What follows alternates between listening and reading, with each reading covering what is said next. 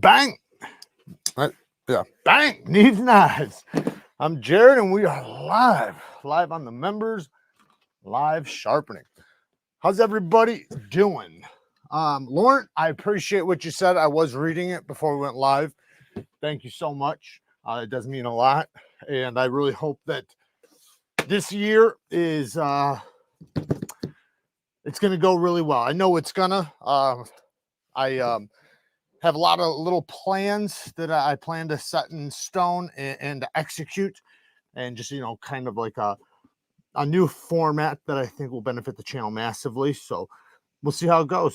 I'll probably take on some more sponsors this year. I denied a lot through the year, so I might take on more of those.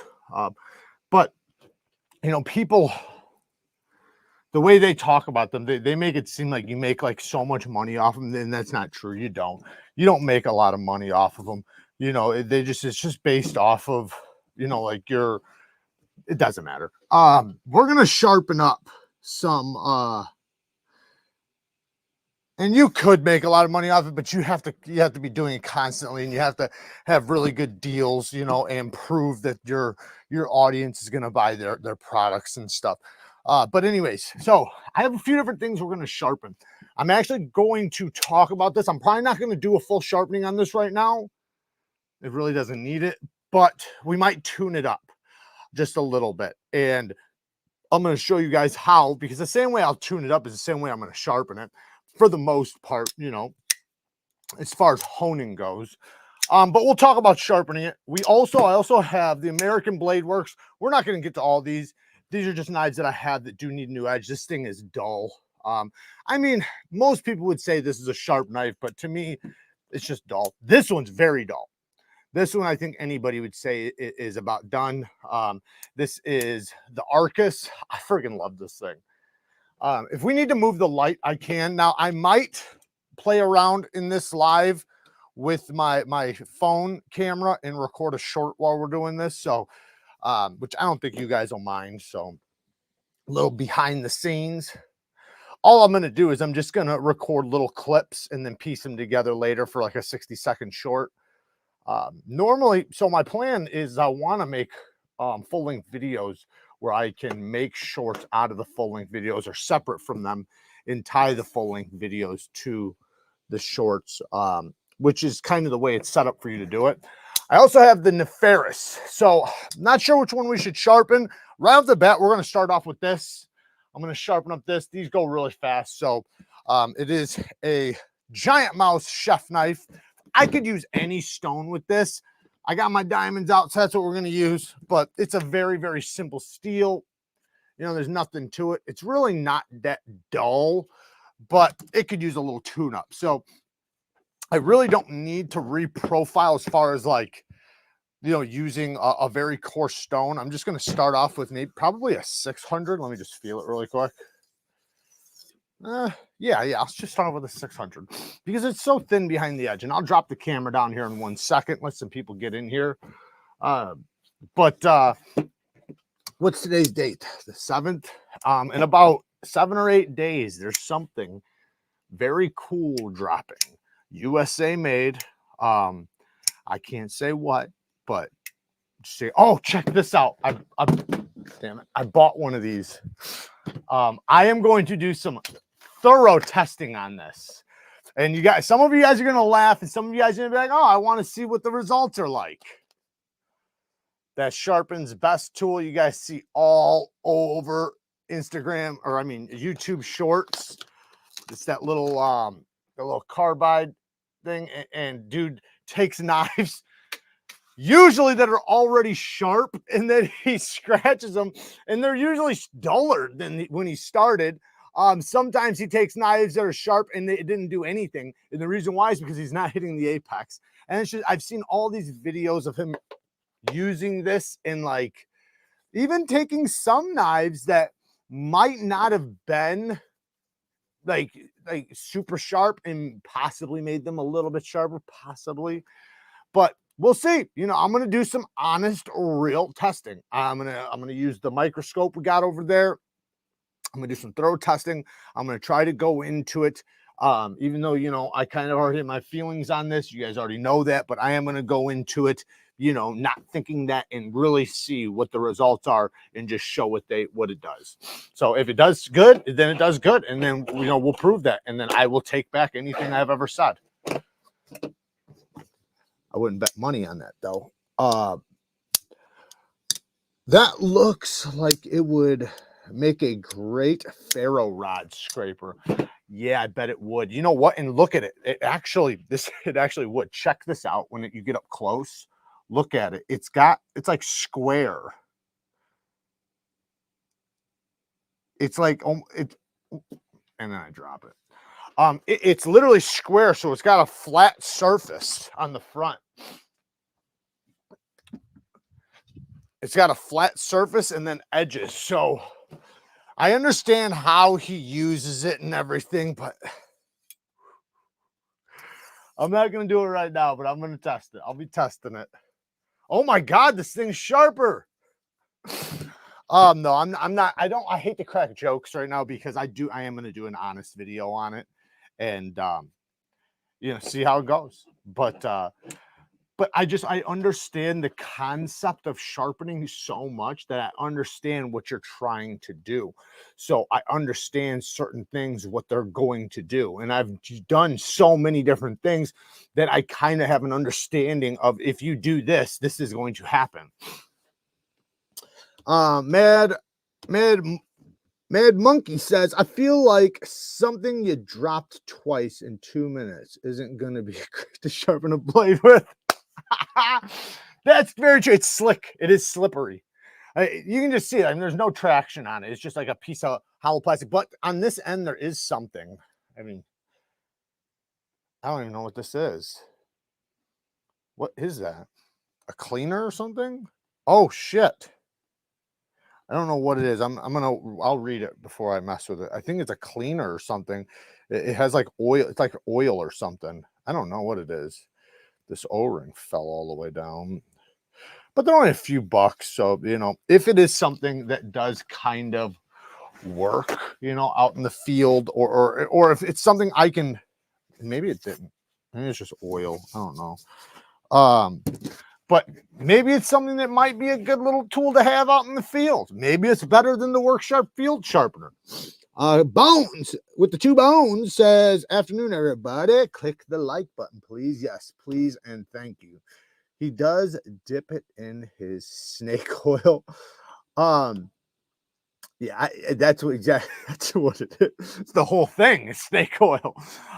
But like I said, I'm not going into it biased. I don't want to go into it thinking like that, because I know most people are going to think that, how could I ever, like, say if it was good, how could I ever say it's good now after I've talked so much crap?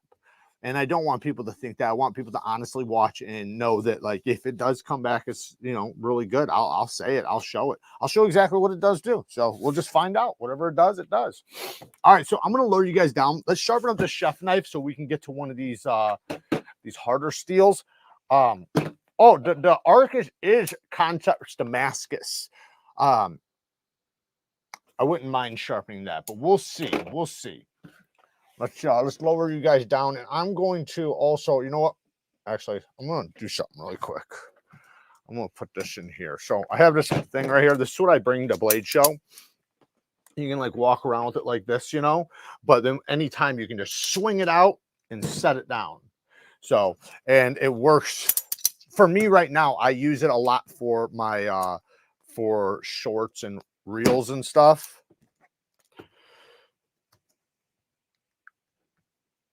The only problem is I have one microphone. My microphone's hooked over here. Well, right here. It's not hooked up to this, but not a big deal. Just have to deal with it. But then what I can do is I can maybe record a little bit of what we do over here and use it as a short later. Not with this video right now, but here in a minute. So we'll just set this to the side for 1 second until we're ready. And then we'll drop you guys down. I might move you guys a little bit. I'm gonna move some stuff around. I set up really quick, guys. It was a mess over here, so I've been doing a bunch of shit over here, so forgive me. What we got? What do we got? So it's the opposite way. I wonder if I should pull you guys in a little bit. Lift you guys up. Yeah, maybe that's a little bit better. If we need to, I'll drop the camera down and get it nice and close. I do think it's good. And I do have this one too. You know what? Here, I'll let me pull up this other camera. I would like to put a camera like right here in front of the stone so that, which one is it? So that you guys can see really, really close. So here we go. So we got two cameras here. This one, I mean, I could go like that with it. I'm not sure if that really helps at all. It probably just messes it up for you guys, huh? It's a smaller screen. Is there a sign in sheet? Is there a sign in sheet? Yep, you're signed in though, Peter. Signed in. Jared, is a diamond rod worth it? Yes, yes, it is. So the diamond you're going to use separately. So if you already have diamond plates, you don't need it. Okay, so if you have diamond plates, you don't need it. But the one thing it's going to be good for is recurves. And we're going to be talking about that actually here in a few minutes. So something like this, if you have to sharpen this, you're going to want a rod. Now you can use, say, very thin stones like this, but even this thin of a stone, if you look, there's a gap underneath the edge. So you actually have to turn this sideways and use the edge of the stone. You can't use the face of it because it's just a little too wide. The only stones they make thinner than this that I know of are rods. So a diamond rod is good for that. And it's also when you're going to use the ceramic, let's say you've used your, this is on diamonds too, so I'm trying to mess up the edge before we sharpen it. So let's say you've been using your chef knife all week and you've got, it's a little bit worse than say what just a couple passes on the ceramic will do. Granted, yes, the ceramic will probably work, but let's say you really put some schmidt on it. Well, you can use the diamond and do a few passes on the diamond, then hit it on the ceramic, and it will just go 10 times faster. So I always recommend a diamond rod.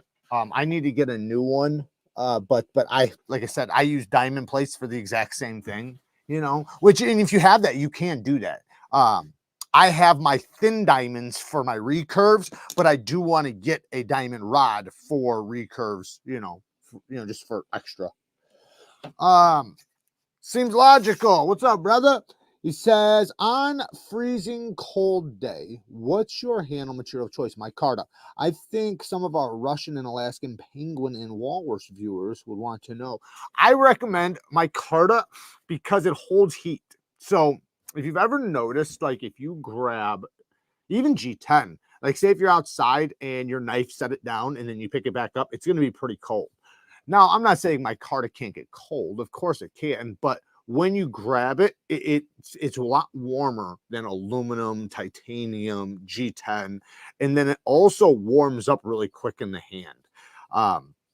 It's cloth, so it just makes sense, right? It's cloth. That's what it's made out of. So it's not just a resin. It does have resin in it, but yeah, that's what I would recommend. Now, the one thing I would be careful with though is say if you are a hunter and this is your hunting knife, you don't ever do what I just did. Set your fucking knife down on your diamond plate like that. You don't want to use micarta for hunting knives that are going to get bloody. Like, I mean, like real hunting knives, where you're going to be skinning and stuff. And the reason why is this will absorb the blood. You won't be able to get it out. Now, you can use micarta, but it has to be polished and coated. Then you can. But otherwise, use G10, wood, things like that. So right now with my angle, the way I found my angle, I don't even care. That's the like, I'm not even looking at what my angle is. I'm just going with what feels natural to me. Look, because this is the reason why. With something like this, when it's this thin behind the edge, you can reprofile this so fast. So like, let's just say my angle is quite a bit lower than what's on it. It's not going to matter. It's so thin, it's going to sharpen up anyways. Say if I do it a little bit higher, it's not going to matter. It's going to sharpen up so fast anyways. So I can literally just naturally grab it, whatever feels comfortable, and then I'm more likely to be able to repeat it because it's my natural angle. We all have a natural angle, the angle that we feel most comfortable at, the angle that's the easiest for us, and it's going to depend on the knife. Every knife is going to be slightly different. And that's why I always did my finger trick, because my finger trick, I could, you know, for the most part, do it the same angle across the board.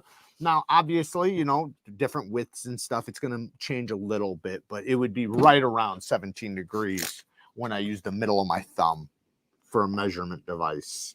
You guys know that trick, right? You guys remember that one? I'm going to do another video very soon teaching that again. Somebody was asking me on, I think, TikTok to do it.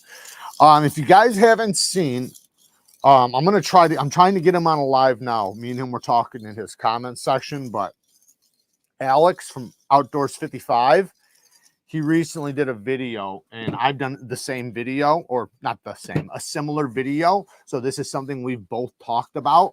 And I actually fucking damn near broke the internet like 6 months ago. And I kind of feel stupid because I never did the full length video. So what I'm talking about is rods. So the ceramic rod versus the steel rod. I did a short a long time ago, and it got hundreds of thousands of views and thousands of comments of people just mad. Like, you had butchers and chefs all coming out of the woodwork. And it's like, just because they're butchers and chefs doesn't mean they're knife sharpeners. So anyway, so I would try to debate them in the comments, you know, a little bit. And I kept saying, I'm going to make a full length video and explain it in detail. And I did, but I did it on TikTok, and I did it months later because the video, the in-depth I wanted to put into it was going to take so long. Well, Alex did it. Alex did the video I wanted to do, like literally perfectly. So I honestly could not do it better. Now, I'm still going to redo the video because I still want to take some of the comments that I got from my short and make the video out of that. But, you know, like one comment was, and this is what I thought about Alex's. I don't know if he read my comment section. I hope he did. But in my comment section, people kept saying, I guess Gordon Ramsay doesn't know what he's talking about. And it's like, no, he doesn't. What do you really think Gordon Ramsay knows what he's talking about with knives and sharpening and steel and honing and stuff? Fuck no, he doesn't. He knows what he's talking about, you know, cooking. Anyways, and you can see it by the way he would hone his shit on that steel rod. Anyways, my point is that Alex kept playing, you know, little clips of him doing his shit on the rod. I thought it was funny as shit. But what I've wanted to do is I've wanted to take the comment from my video of people saying that and literally do a video saying, yes, Gordon Ramsay was wrong. That would be like the title of the video. Gordon Ramsay was wrong. And then do a video talking about the honing rods and show why he was wrong and what's better. Because the point is, man, it's just once you've used a ceramic, and same thing with Gordon Ramsay, if he ever used a ceramic, he would never use a steel honing rod ever again. It just doesn't make sense. I've never, ever, ever gotten a metal honing rod to do anything. Never. Not in the cheapest knives, not any time. Now, I understand maybe it can straighten an edge a little bit, but that to me is irrelevant if it's knocking off the teeth of my edge and making it duller, you know. Gordon Ramsay is a talented chef, but he doesn't know anything about farming or knife sharpening. No, he does not. I don't know about the farming part, but I'm guessing he doesn't. But I know he definitely doesn't know anything about sharpening. And it's just, you can see it. Now, I don't know if there's any videos, and I should look it up to see if there's any videos of him actually sharpening a knife on a stone. Maybe there is. I don't know. But I would like to see that. I'd love to see that and see how he does. I've had a burr for a while. I just kind of, you know, kept going a little bit longer than I probably should have. I'm going to flip my burr over because I do have a nice good burr from heel to tip on the entire apex. So this is no pressure. I'm just knocking the burr over. One more. And the reason why I'm doing that is because when I go this direction, I have yes, it'll flip the burr over too, but it tends to tear it off before it's fatigued. So like when I do a forward pass before knocking the burr back with an edge trailing pass, it tends to remove some of the burr, and I don't want to remove the burr right now. Right now, I want the burr on there. I want the burr to stay on there throughout my stones, because that way, by the time I get to my last burr, it's flipped many times, and now it's going to be easy to snap off and reveal a clean apex. If I tear it off right now while only half of it's done, right? Yeah, theoretically, I'm going to sharpen this side, so I'm going to develop another burr for sure, but that doesn't stop the fact that I might have pulled out microscopic steel from my apex. And I'm not saying that that's for sure going to happen, but it's just, you know, there's a chance of it. And I would rather, I've had much better results just doing it the way I'm talking about.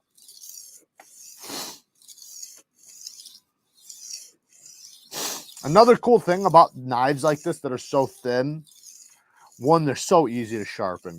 Two, because they're thin, they sharpen up quick. But also, if your angle's off by a little bit, like say if I'm a little bit off from one side to the other, the edge is so thin, the bevel's so small, you're not going to be able to tell. Like, at least not to the extent of which you're going to be like, oh, this bevel's off. Unless if you drew it dramatically, like if I do a super low angle like this and then a very high angle like that, maybe. But you know, I'll be close enough to where you're not going to be able to tell.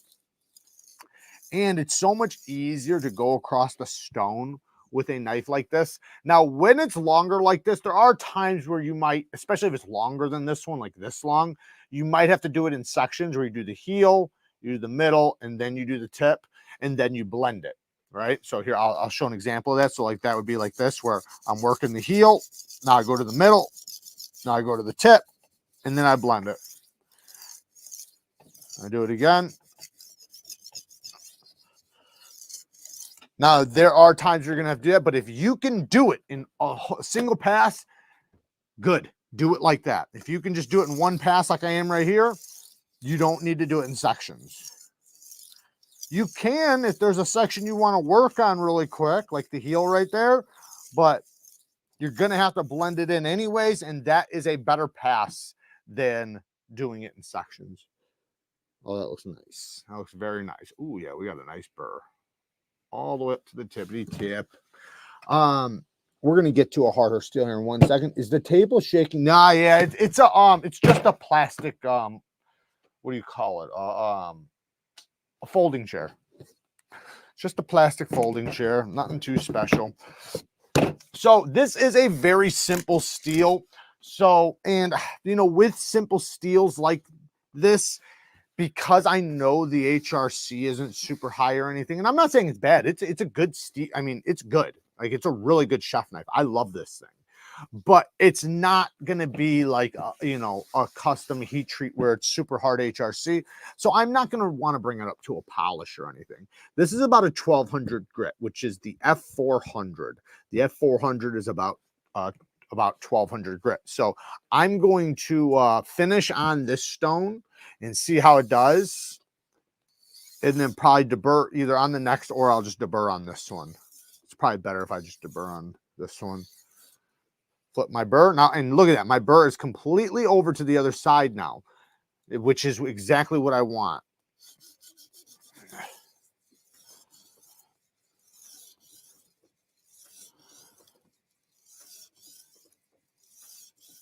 I love these damn stones, man. I know they're expensive as shit, but I am so happy I have them. I have a lot of stones I regret buying. These are absolutely, I would give up every single stone in my collection to keep these.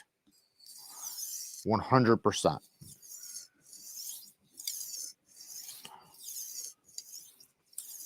Now, do you need these? No. You could get by with just diamonds. But even in that same thing, right? Say if I didn't have the NEEVES, I would give up all my stones for diamond plates. Yeah, I absolutely would. Now, don't get me wrong, I love king water stones, especially for chef knives, but I can't do my fucking super steels on it. So We need a bird a little bit bigger.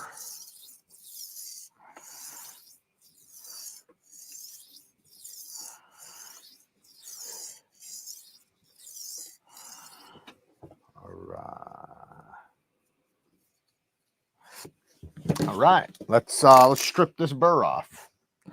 You know what? Should I use a finer? I'm going to use the finer stone. I'm going to do it just because I get such good results doing that. Stripping my burr off of the next stone up, I get really, really, really good results that way. Which side was it on? It's a small burr, but that's also a good thing. I had a guy that I learned a lot of sharpening skills from tell me, and it was during one of his live sharpenings. He said one of his secrets to getting insanely sharp edges is small burr. He tries to make his burr as small as possible. Now, there are times where it's too small. You know, I guess not really, because once you have a burr, you have a burr. But you don't want to make it to where there's no burr. You got to make sure there's still a burr. But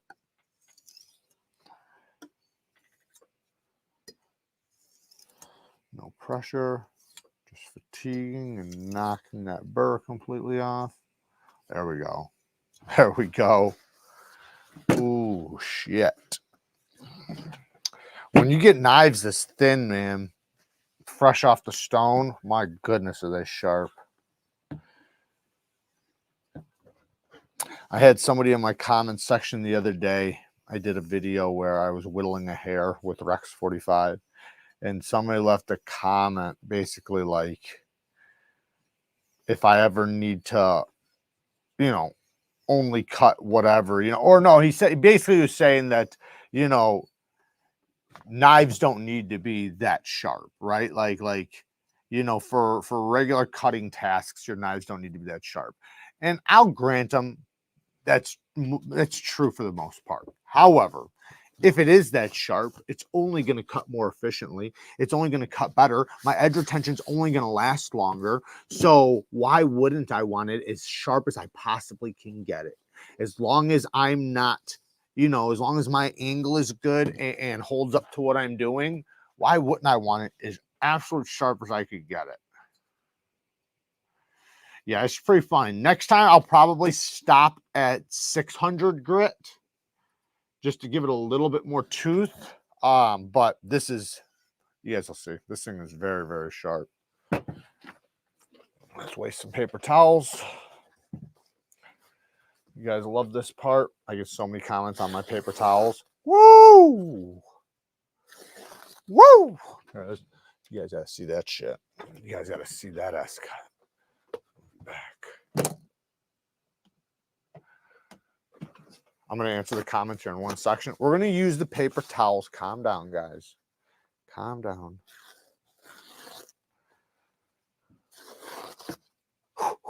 Let's see if we can go through the seam. Right here, there's a seam, you know, where you tear it off. Let's see if we can go through it. Oh, it was so close. Sorry. Anyways, I'm happy with it, but I'll use this now to clean my stones.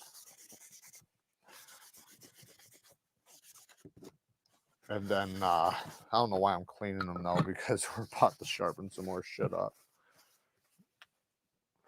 Jordan. All right, let's put this bastard away. We don't want this thing just laying around because this fucker will cut you to the damn bone if you mess up on that one. Oh yeah, he also said something like that. Like that knife will cut the tip of your finger off. You don't need a knife that sharp. That's basically what he said. And I disagree. I 100% disagree. I think it's good to have a knife as sharp as, depending on what you're doing, right? Obviously, if your biggest thing is impact and toughness, then no, sharpness isn't going to be what you want. But if it's for cutting, you know, purposes, then yeah, sharpness is always a good, better thing.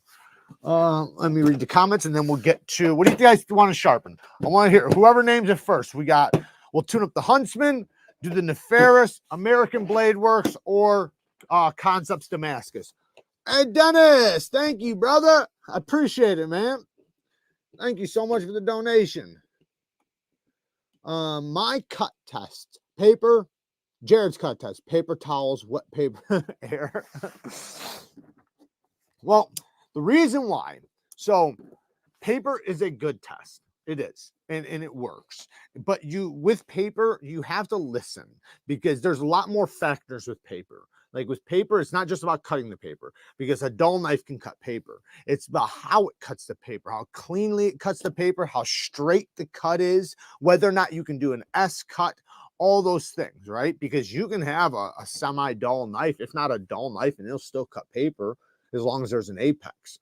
So, but it won't cut it clean and it won't be quiet, you know, things like that. Now, with paper towel, you don't have that. Your edge has to be perfect in order to cut paper towel. Not only does it have to have a perfectly cleaned off apex, meaning the burr removal has to be done well, it has to have the right amount of bite and the right amount of fineness. If it's too fine, it'll slip. If it's too coarse, it'll tear. So like it literally holds, you really get to see the perfect balance in an edge and what you want out of a good quality edge. First one said, what was the first one? What was the first one? First one was Huntsman. All right. So let's tune up the Huntsman. Now, like I said, I'm not going to do a full sharpening on it, but I do want to tune it up. So I could remember exactly what I'm about to do right now. You can do in your fixed angled system. Okay. You just have to have either these stones or these kind of stones or get rods, right? You can get a diamond and then a ceramic. Now, if you only have freehand stones, you can still do it. You just use the corner of the stone. So what you want to do is go like, so like if you have a regular stone, you can just put it in like that and use this edge right here. But with mine, this is metal. So my stone is going to be the corner of it. So what I would do is I would get it like that and then go like that and use the corner. Now, with the corner, you got to make sure your corners are nice. There's no nicks and dings. If you feel any nicks and dings and you need to use a different stone or you need to flatten your stones.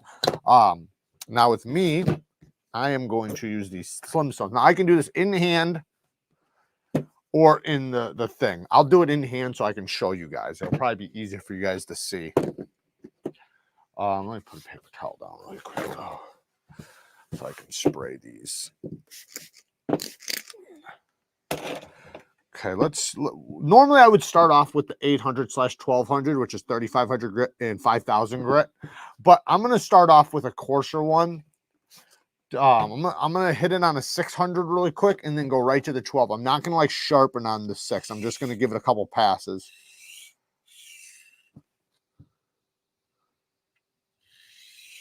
So I'm trying to see if this will hit it. I'm making sure I'm hitting the corners really well though, because like I said, there's an air pocket underneath there. I don't know if you guys can see it, but there's light underneath there. So that means this recurve is so, I don't even know the word for it. The recurve is so curved that it requires a thinner stone than even a half inch stone. But I think I can do it though. I just got to make sure that my edge of the stone is hitting the entire knife the edge of the stone is hitting the entire edge. You know, because like say when I go across it, or you know, let me go forward real quick so you guys can see. So when I'm going across it, right? As I'm going across, this part of the stone is hitting the edge. That's what's important to me, is making sure it hits it all the way out to that tip. And then that air pocket underneath, or where the light can come through underneath, won't matter because I'm still hitting the entire thing.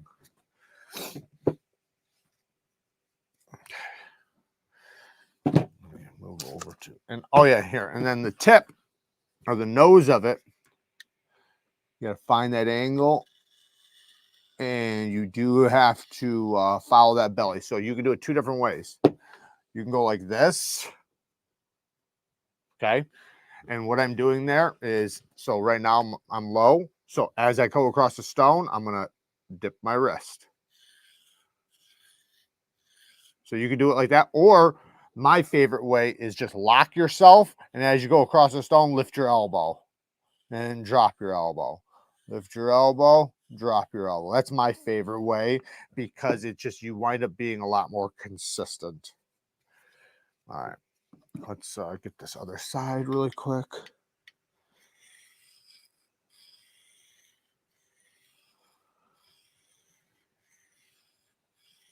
Remember, we're just honing it. We're not trying to sharpen it. Like, we want it sharper, but we're not trying to reprofile it. And hopefully after this, I don't have to reprofile it because I messed it up. Because that could possibly happen.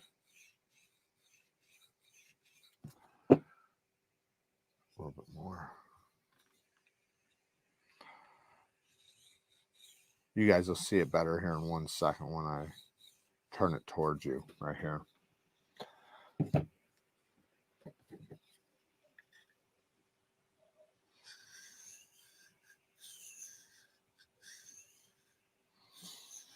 So make sure anytime you do in-hand sharpening, most likely you're going to convex your edge, which is just fine. I'm not worried about convexing right now because I'm just honing, but you know, that's most likely going to happen.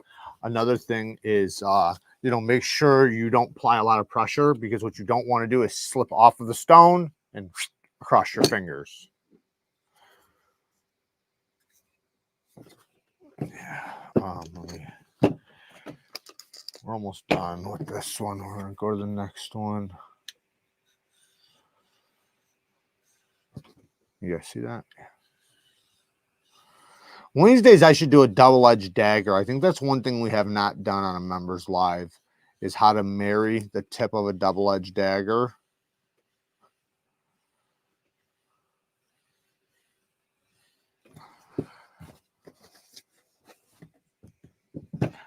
Okay, now we're to the finisher. I don't want to spend too much time. Ooh, that felt rough. Did I not hit that side? Yeah, I did. I did.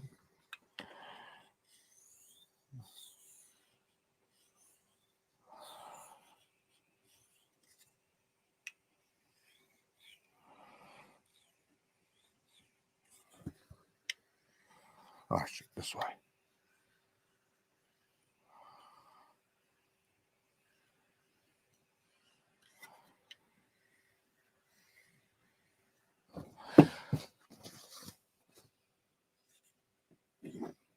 I mean, it's probably a little bit sharper. It's definitely not duller, which is a good thing. Because sometimes if you drop it down to a low grit and start honing from there, you're just going to have to resharpen it. Most of the time, that's the way it is. But if you get really, really good, you can hone from a course up. Not extra coarse, but oh yeah, that feels a lot better. Let's use a piece of paper for this. I don't think this will go with the paper towel, but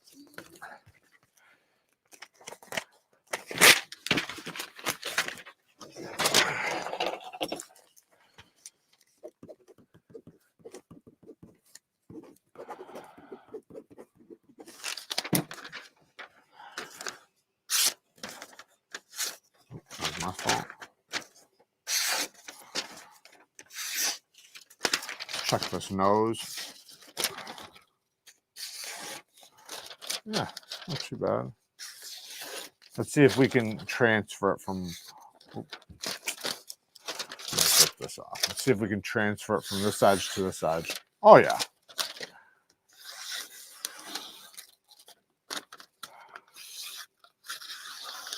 It's a little bit rough right here, but it's good enough. Oh yeah, that feels good. Yeah, that's fine. It's better than it was. It was getting dull because I was doing some testing on it. I'm thinking about doing a full review on this. Man, I should have filmed the short on that. Maybe after this, I'll have to resharpen it. Damn it. That would have been a good idea. I should have did the short on that. All right. So what was the other ones you guys were screaming? I think the next one was American Blade Works. Oh, Damascus. James K said, do that dingo Damascus. Thank you, Todd. What did he say? Can I answer what?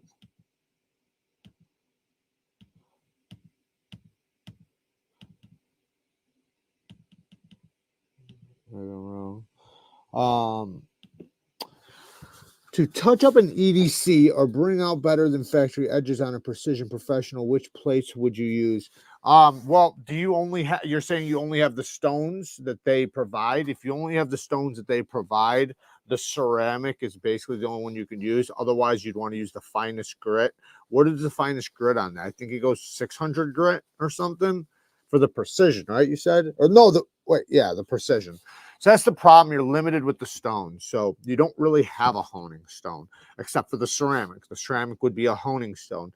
But it'd be nice if you had a fine diamond, you know, something 1500 grit and above, even 1200 grit and above. That'd be great. Something that's fine diamond. Now, the ceramic is like 2500 grit, something like that. But the problem with the precision is you're jumping from, I don't remember if it was 600 or 800 grit, but it doesn't matter. It's the same damn thing. Because when you go from that grit up to like 2500 grit or 2000 grit, it's way too big of a jump. Way too big of a jump. So that ceramic doesn't have the ability to remove the scratches from the last previous stone unless if you have stones to put between those stones. So if you have an 800, a 1200, and then a 1500, or maybe possibly even just a ceramic, that would work. But yeah, I would just use the ceramic. That's what you should use. And the ceramic will work fine. You could, oh yeah, you know what you could do? You could technically get some what are those films called, guys? Is it 3M? The film, you can get an abrasive film that's a sticker and put it on your ceramic and use it as a fine diamond. That's what I would do if I was you. I forget the name of those. They're damn, I can't think of what they are. Somebody's gonna say it in the comments.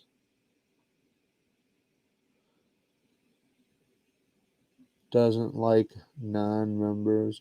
Oh shit, I didn't realize that. Oh, we didn't even turn the members thing on. Oh man, it's okay. Listen, everybody's here. It's okay.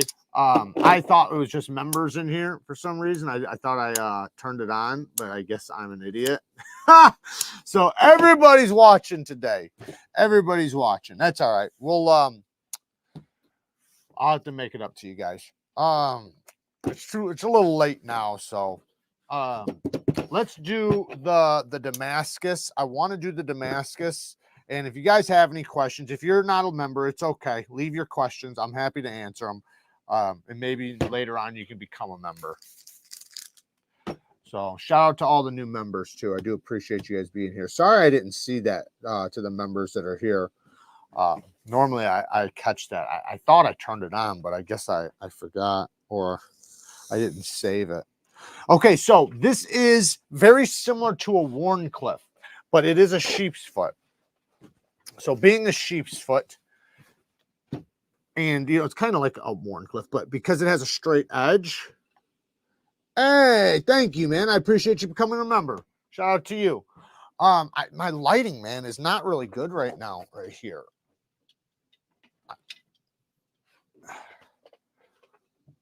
Is that better? Yeah, it's a little bit better. So this edge is straight, right? Is there a little bit of belly? No, it's pretty much perfectly straight. So the thing with these is what you don't want to do is you don't want to, when you get your angle, so like right now I have my angle, what I don't want to do is as I'm coming off the stone, because in order for me to hit from heel to tip, I have to come off the stone. You don't want to go like this. You don't want to do that because what's going to happen is even though it is a straight edge, you're not going to hit it perfectly flat. Even if your stone's perfectly flat and this is perfectly flat, it just is the way it is because the grind, some parts are thicker and thinner than others. You know, usually, and most grinds do that. Most grinds do taper. So you have to make sure your edge comes.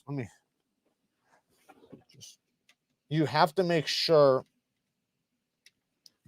your edge goes all the way off of the stone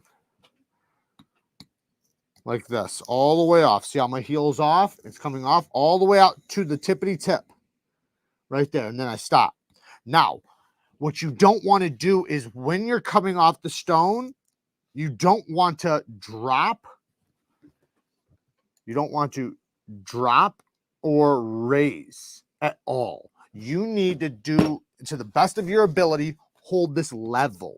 So as you're coming off the stone, try to make sure it's being held level going across. And you can feel it.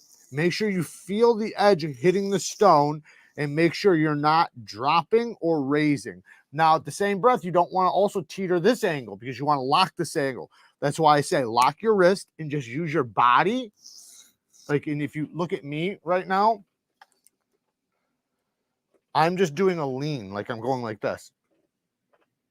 Okay, now you could also just use your arms, shoulders, and elbows. You could do that too, like this. And then you could do a little bit of both. But don't use your wrist because your wrist will mess up your angle.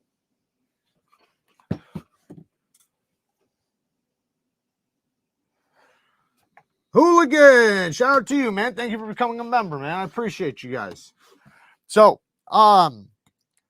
with this, you also, or a little trick for you guys, just in case if you guys don't know this trick, let me zoom this in so you guys can see this. I'm going to take my thumb and see how it's on the stone right now and how I can slide it across the stone. I'm gliding it. I'm not pushing it into the stone. I'm literally floating it across the surface. Like it's barely touching. So that way it's not tearing into my skin. It's not like I'm filing my skin off.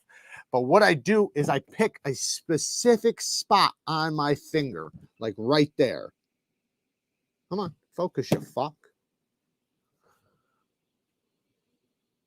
What is going on? All right, I'm getting mad. Hey, Todd, thank you for telling me, man. James K just donated 5 new members. Thank you, man. Papa Pete is a member. Thank you. Holy shit, man. I appreciate you guys. Thank you guys so much. I'm glad I went live.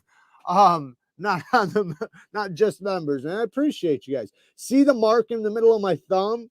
So I'm going to take the spine of the knife, but I'm going to pick a specific area. So if it's right here, then I'm going to continue using that area, but I'm going to do up here, right? So I'm going to pick this area. Now, normally I would recommend getting a marker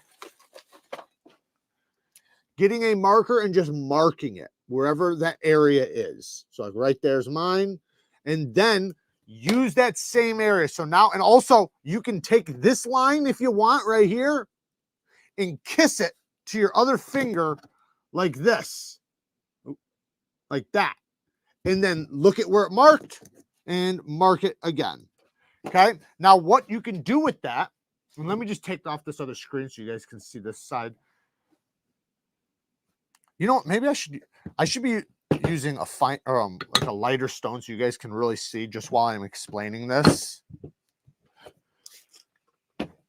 Then I'm going to take that spot wherever I picked, right? And I'm going to put that line to this line and I'm going to match them up perfectly. Now, when I set it down, that angle is the same every time. So like, let's say I go across the stone and say, now I have to scratch my nuts or something. I can go right back, put the thing right back to the spot and know I'm hitting the exact same angle. When I go to this side, I can use the pointer finger, which would be like this, match it up to the dot, to the line, and now go across this side. So it makes it to where you can guarantee you are hitting the same angle over and over and over.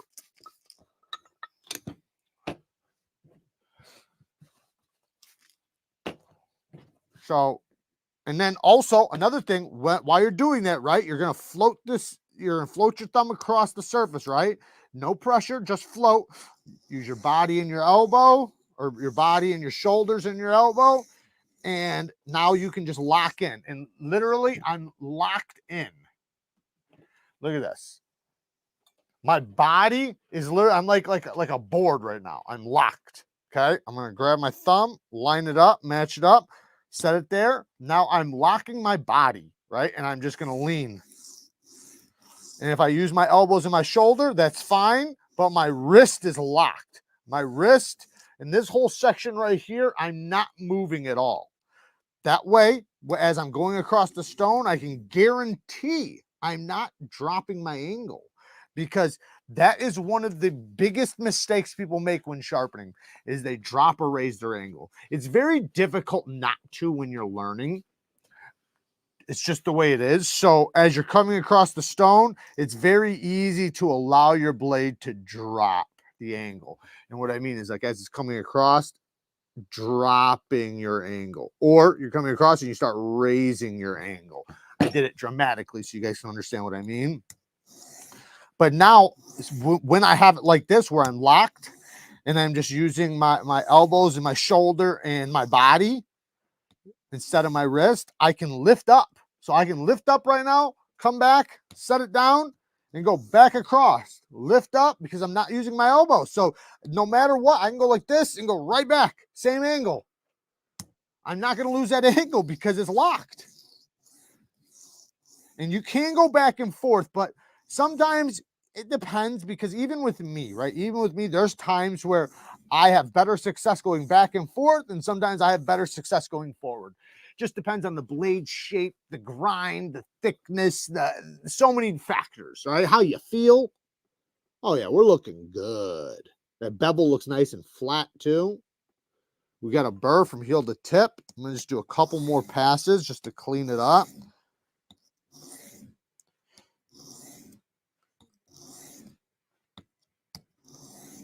Because it doesn't matter if you go back and forth as long as your angle's locked. You know, it's kind of like this. Freehand sharpening, or sorry, fixed angled sharpening, right? When you're using a fixed angled knife sharpener, which we have some behind us, you know, we can always pull out. But that is holding the angle. And if you notice, a lot of sharpeners go back and forth, right? They don't just go one direction. They might finish in one direction or deburr in one direction. I show that stuff all the time, but because the angle's locked, it doesn't matter if you go back and forth. What matters is your scratch pattern. So you need to make sure your scratch pattern is all running at an angle. You know, serrations, like a serrated blade or a saw blade. Just always think about your edge bevel like that. And the saw teeth that you get on a saw blade is what you're applying to your edge bevel. And that's why you need those teeth to run consistently. There's a lot of knives out there, like, say, and I've gotten them in the past, and like, I'm not saying they did anything wrong. You know, they might not have known, or, you know, it's just they don't care, right? But people would send knives in, and I would see that they're sharpened on a fixed angle system, and they'd be sharpened this direction, this direction, this direction, you know, and I would see all the scratches are all different angles. And, you know, they would wonder, like, why when I go through my stones, are there still scratches on, you know, why are there still deeper scratches? And I have polished areas. Some areas are polished, some areas have deeper scratches.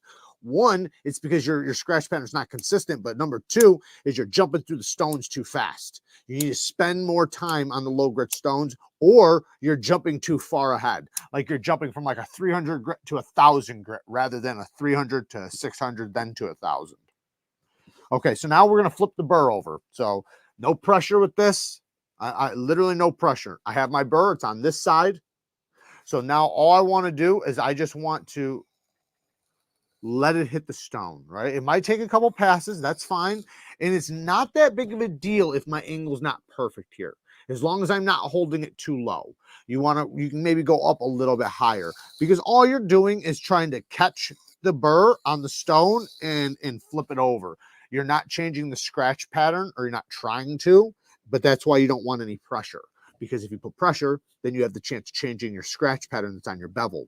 Right now, with when I'm flipping the burr over, before I start working on this side, I'm just trying to get the burr out of the way. So when I come across the stone for the first time, while the burr's over on that side, right? The burr's folded over. So if I just went at it, I have a chance of tearing the burr off, which I don't want to do right now. I want the burr to stay on there. Kyle said he'd be busy with his band this weekend. Is that for real, or are you fucking around?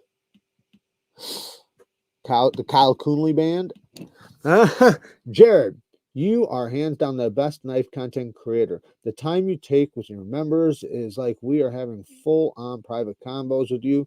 Most don't take the time to educate. Like, thank you, man. I appreciate that. And that, you know, and I hope you know, I hope we get members because of it. Because you know, the more members, the better. And you know, like I was saying before, now you know I do have the giveaway going to the Patreons tonight. Hey Tom, thank you, man. Shout out to Tom A. Okay, I'll make sure it's not a Tom A. I know.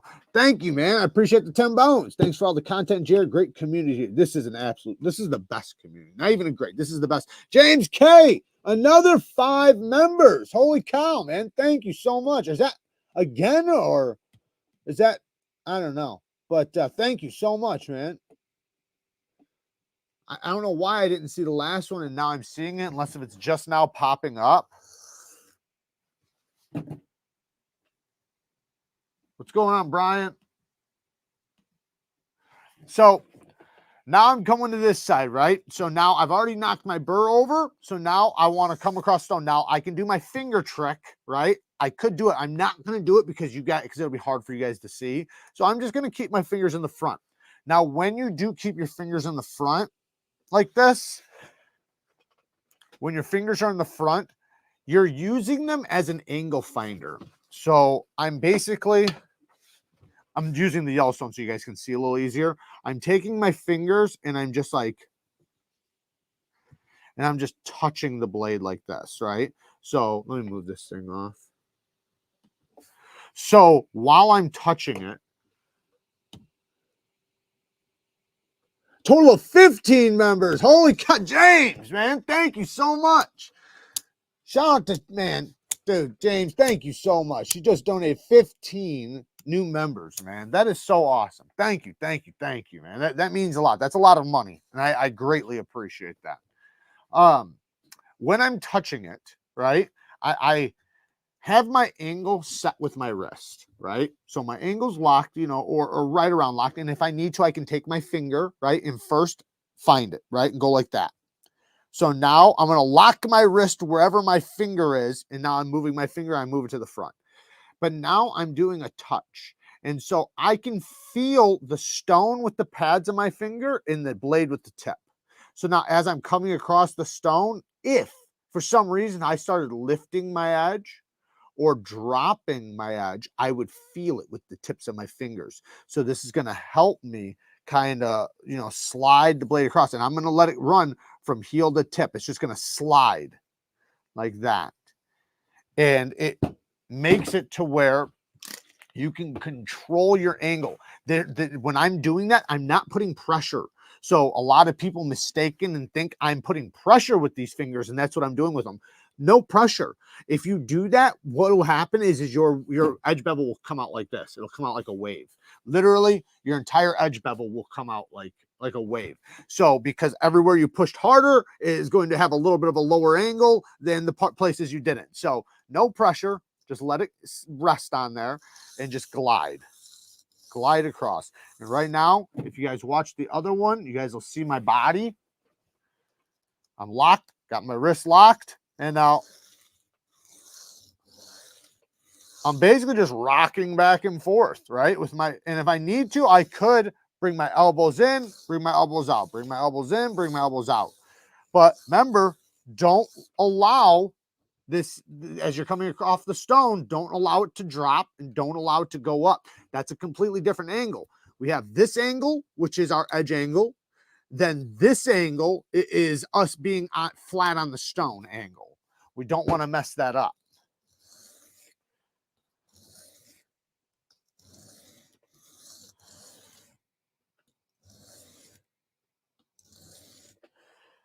Yeah, Concepts Damascus always feels pretty good. I've been pretty impressed with their Damascus. Same thing with Civivi's. I'm pretty sure they're using the same stuff. I just think, you know, I don't know, because it does look a little different. I will say that. So maybe they're just buying different patterns from the same company, or maybe it's a completely different company. I don't know, but I would guess it's probably the same. But you know, they're obviously probably heat treating it themselves, but they might even have an outsource for heat treatments. I don't know. I should ask them if they heat treat in-house or if they have a company that does it. They'll be honest, they'll tell me. But I'm just curious if they're using the same company or not. Okay, so, you know, I know you guys aren't going to be able to see this, but I do notice I did do a little mistake. Jugget, been a member for 4 months. Tutti fruity on Rudy. Thank you, man. I appreciate you being a loyal supporter. So what I did was I must have came across the stone and put a little bit more pressure right here. My angle looks a little bit lower. Now it could just be the thickness of the blade. That might be, but I don't think so. I think it's my mistake. So what I'm going to do is I'm just going to hold my angle. I'm going to go back over it a bunch of times and see if I can't straighten it out. And it happens, you know, I'm not perfect. And, you know, especially when I'm sitting here teaching, you know, I'm trying to do different things. So I'm not, you know, just focused on holding my angle as perfectly as I could be. I'll tell you what, I'm locked in place right now. Locking it in. Let's look at it. We do have a burr, nice big burr. Oh yeah, that looks a lot better. I am missing the heel and some of the tip. So anytime, and this is going to happen to everybody. Everybody in here is going to deal with this, where your heel of the blade is not going to get hit, but the rest of your bevel does. Right now, I'm missing the tip and the heel. Now, there are going to be some times where you just say, it's not that big of a deal. I'll get it on the next sharpening. But if you can get it on the sharpening you're on, just you can do it, you know. But if it takes where you have to remove a lot of steel to do it, just get it on the next sharpening. Dennis, been a member for 16 months. Kyle is a grumpy man. Where is Kyle? That bastard abandoned us. So helpful. Igor, a new knife, guys. Thank you for all you do. Thank you, Bobby. Appreciate you joining.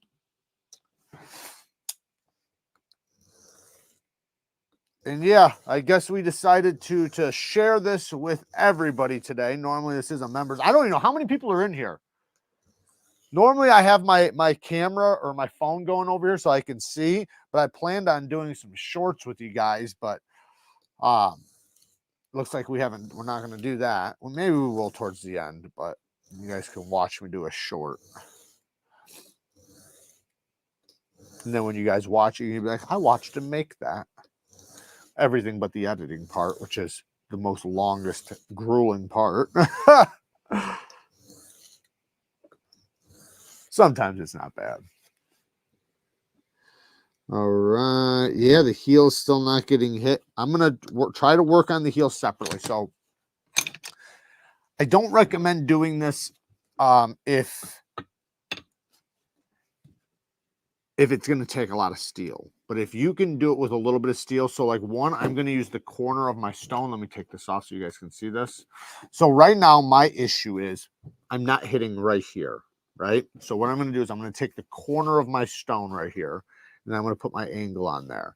So first, I'm going to make sure I have my angle. So you can check your angle however you need to.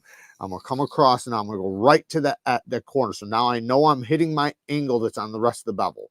And I'm just going to work on that little part right there. I'm not going to put pressure, though. If you do that, yes, it will get it faster, but it also will change your angle a little bit. So you can touch it, but don't put pressure. And then blend it in. Always blend it in.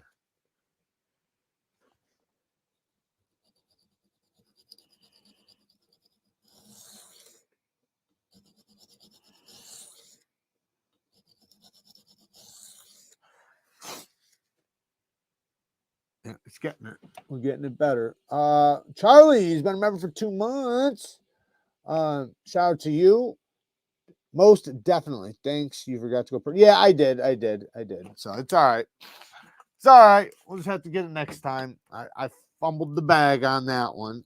Now I owe all the members their money back.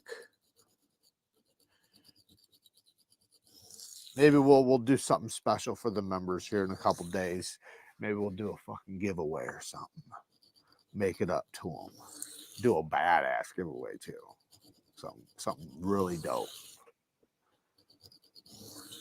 But first we'll tease everybody who's not members. And tell them how if you were a member, you'd be able to win something like this possibly. You'd at least be entered to win. All right. It looks like I'm gonna have to. All right. So I'm gonna have to go to this side. So this is another thing. If you get to a point to where you're working on one side so long and your burr's developing so big on the opposite side, go to the other side because you need to even it out a little bit. Joe, became a new member. Thank you, man. I appreciate the support. Shout out to you. So I'm going to knock my burr off, or flip it over, I should say. And now I'm going to sharpen up this side again to even out that bevel, because my bevel is getting way too big on one side because I'm spending so much time on it. So I'm going to even it out.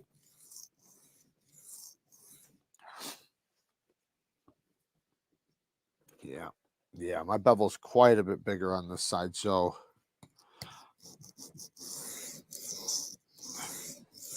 I might even just drop this angle slightly and then raise the other one slightly so I can match them back up. It's just I worked on the one side so much longer than the other side. This side looks really good.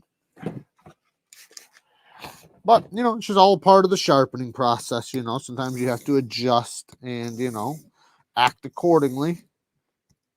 But it's good to know because you're going to run into these situations. Everybody will. Every single person that's going to sharpen is going to run into little tiny situations and big situations. But do you know what to do? Do you know how to fix it? That's the thing. It's not a big deal that you run into an issue. It's a big deal that you know how to handle the situation. All right, let me knock this burr back over. So I'm going to raise the angle on this side a little bit. I think I was dropping. Yeah, I did drop the angle a little bit.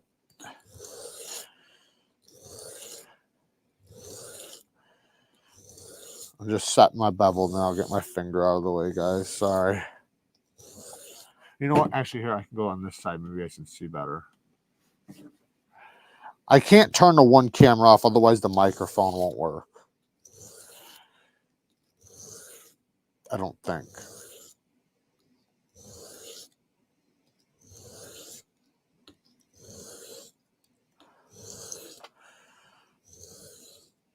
Let me look at it. I can see my angle change. So I'd have to remove some steel in order to get rid of the facets, but it is what it is. Not a big deal. I'm gonna because of this reason, I'm gonna swap to a coarser stone. We're gonna move to an Atoma. Since we're spending so much time, this is an Atoma 140, and the Atoma 140 is far more aggressive. And these beneaths are pretty aggressive though, so.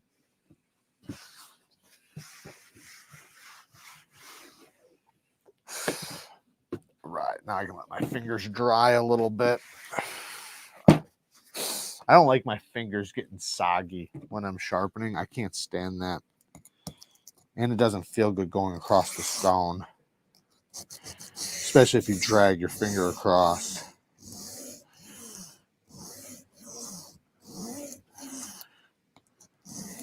Oh yeah, that's gonna go a lot faster now.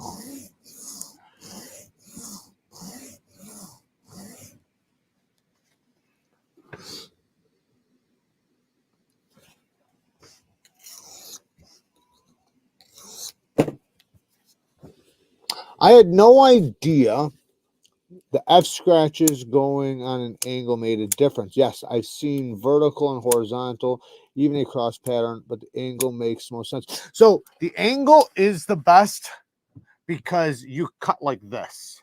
So as you cut, the teeth are aiming at what you're cutting. Think about a saw, right? Now, yes, there's saw blades that have straight up and down teeth, and you can have that on your edge, but you need it to be consistent. So if you're going to be straight up and down, you want it straight up and down all the way across. If it's going to be in an angle, you want it all the way across. You never want it this direction. So you either want straight up and down or this angle. Now, usually the straight up and down is going to be factory edges, you know, done on a belt, because belts run straight up and down, you know. So when they're sharpening on a belt, the belt is running that direction. Now with the stone, it's better, in my opinion, it's better to run at an angle, because I find it to cut more efficiently, be more sharper, and just be easier to not, because after, it depends on the grit, depends on heat treat. There's a lot of factors here, but you know, when you get to certain fineness in edge, you can start using it and the edge can become slick. I find it to happen a little bit more likely with straight up and down teeth.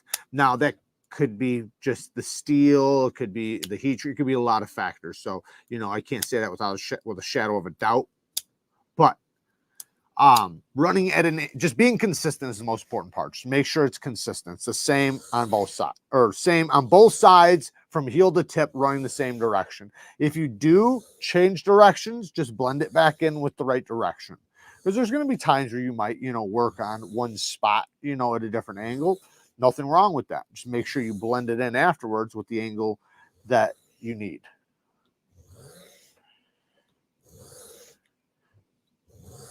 And as far as pressure goes, you don't want a lot of pressure, but you want a little bit. So you don't want no pressure with sharpening, right? With burr removal, you want no pressure. With sharpening, you want a little bit of pressure. A couple pounds, maybe.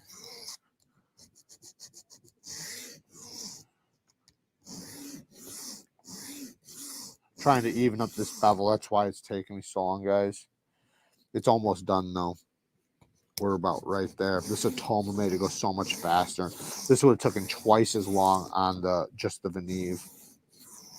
That's why I always recommend, if you do get the VNIVES, get one very coarse diamond plate, whether it's a HAPSTONE Start 100, and that's what it's called. It's called HAPSTONE Starts, and just like it sounds, you know, just it's spelled the same way it sounds, start, you know, like stop, start, the 100 is a 100 grit diamond plate, and it's very aggressive. The 140 Atoma is the other one I would recommend. So one of the two stones. Then get the 3 double-sided VNIVES, because 3 double-sided VNIVES, since they're double-sided, will be 6 stones. So that will give you 7 stones in your collection, and those will be the only stones you will need. You will be able to get any edge you want, from a super coarse edge to a medium grit edge, all the way up to a super polished edge. Yeah, it's looking pretty good now. Yeah, buddy. All right. Let's flip this burr and do it one more time on the side, and then we will move to the next stone.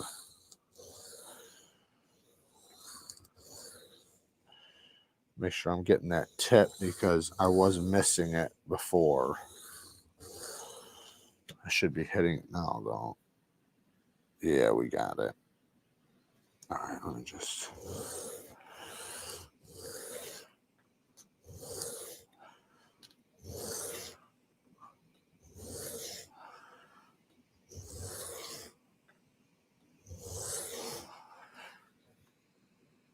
All right. What are you guys saying? That's exactly what I started out with.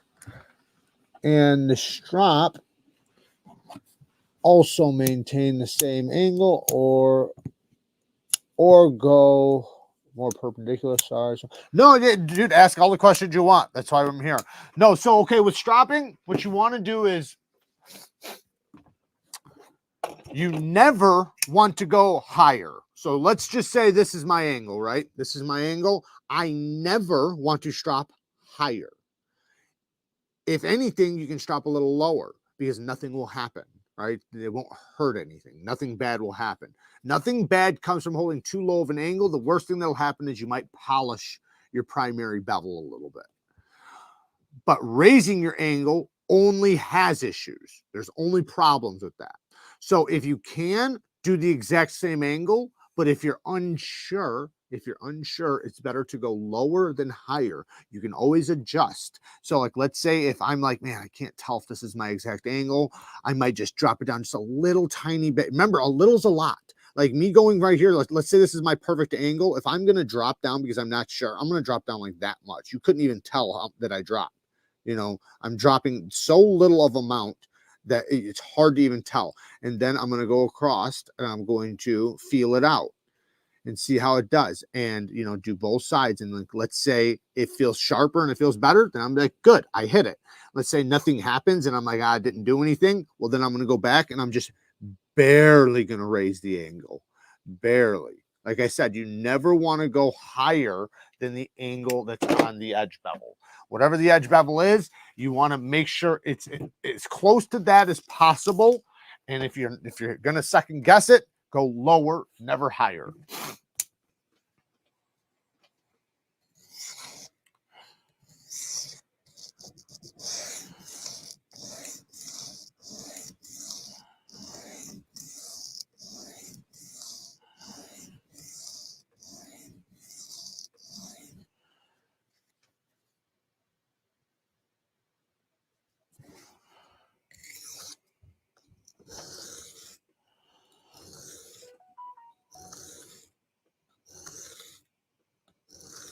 I wish I had a thing that we could just read my comments to me, because this laptop is because in my studio I have a screen, a big screen, so I can see everything. With this, it's so small, I gotta reach over. Bingo, that's what I was doing. Too high of an angle compared to the stone angle. Yep, I figured quicker to remove the burr, but it actually, no, the reason why you don't want to is because it rolls the apex. Because you know, you especially, and it's going to roll the apex no matter what when you go higher. But if you have, say, thin geometry, or you know, even like a really hard steel, there's many times where it's like, man, if you go up too high, that apex is going to roll very easily. And it's not like you're going to see it rolled, right? It's not that type of roll, but it's where the apex, the teeth on the apex are going to go meh, and they're going to roll over. So they're not going to be true. They're going to be like this. And you don't want that, because then obviously it's going to lead to less sharpness, and it'll make your edge go dull very fast, like very, very fast. Actually, I've seen a lot of people do a good sharpening and ruin their entire sharpening, just, you know, with their stropping. Now, you could tune it back up just by, you know, honing it back, but it's better to just be safe than sorry. You know, just try to hold the angle perfectly. If you can, if you're questioning it, hold a little bit lower, because like I said, nothing bad will happen from holding it lower. The only thing that might possibly happen is you might polish the back of your bevel. Because remember, it's hitting the top of the bevel. When you're holding too low, it's hitting the top of the bevel. When you're holding too high, and remember, this is low, this is high, okay? So the higher you go, you're hitting the apex. The lower you go, you're hitting the back of the bevel. So it's not hurting the sharpness. Okay, now let's do this.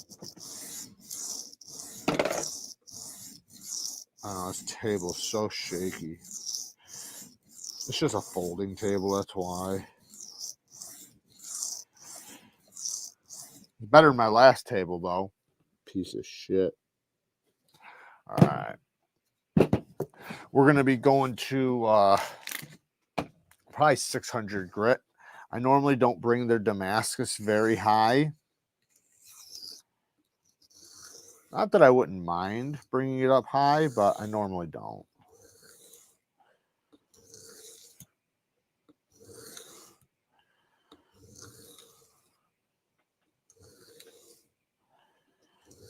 I'm locked. I'm trying to lock my wrist at this angle because I have to do a little bit of a higher angle on this side.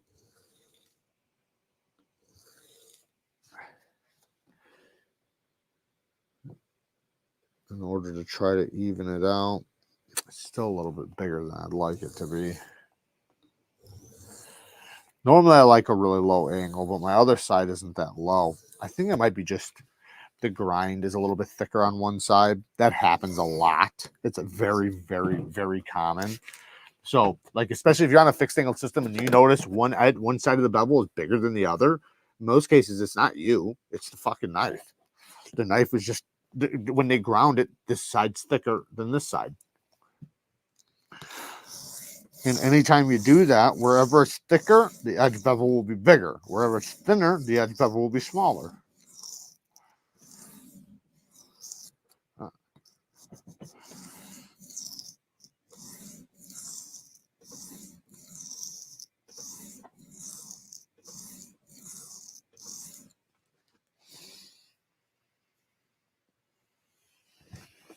That looks really good.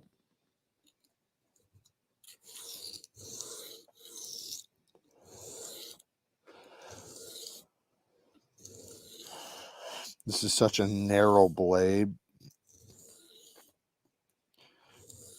I love this narrow blade though, man. This thing is such a useful knife. I love this knife. The KANSEPT Arcus. And, you know, their Damascus is good. I like their Damascus. The pattern's really nice. The fuller, man. This thing, for such a narrow knife, this thing has such a good reverse flick. All right, we're almost done with this stone. I know this one took quite a bit longer than it normally would take. We had to deal with some issues that now I'm realizing wasn't my fault. It's just the grind. Yeah, damn it. Here's what it is. We don't own serrated here. Do you have other 4x1 stones in your links that are cheaper than Tomas? Yeah. Go to so go to my NEEVESKNIVES store, and okay, you can either go to the HAPSTONE link and look for the 4-inch VNEVES. Look for the dog series. That's what you're going to want, the double-sided dogs. Or go to the NEEVESKNIVES store and just type in VNEVE diamond stones 1x4-inch. And they'll pop up. They should, if they're available, which they should be. They were available the other day. I think last night they were available.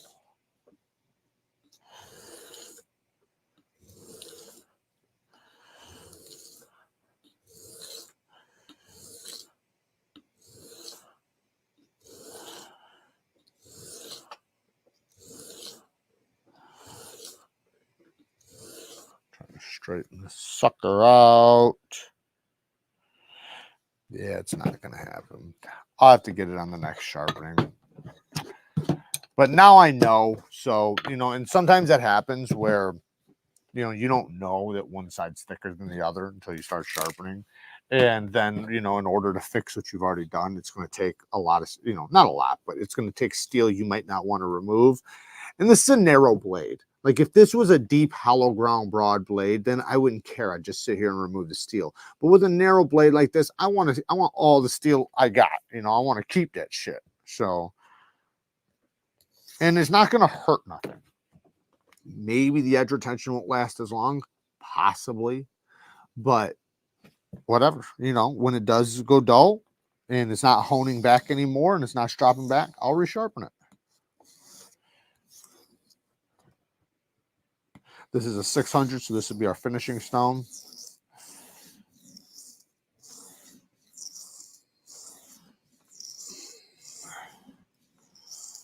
You see how I'm using my body?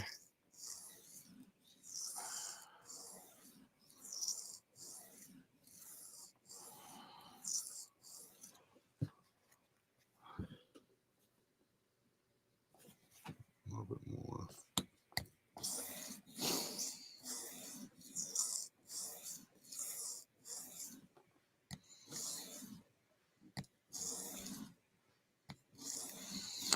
All right. All right, all right, all right. Yeah, it looks good. This side looks beautiful.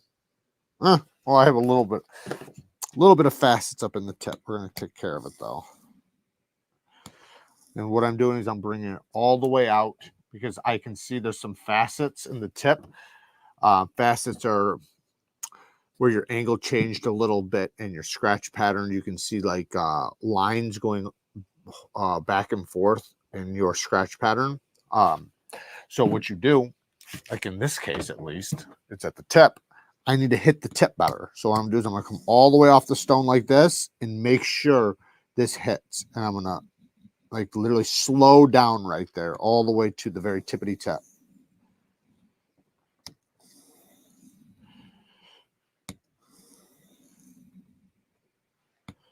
Nice and slow all the way there. Nice and consistent. I can feel I'm not changing angles. I can feel my angle is locked in. How many people are in here? I wouldn't mind seeing how he does it. What are we talking about? Serrations? Serrations, I sharpen the opposite side until just the tip. I sharpen the opposite side until the serrations actually need to be reapplied. But what you can do is you can maintain serrations by sharpening the opposite side of the serrations on you know, just a regular bench stone or what you have.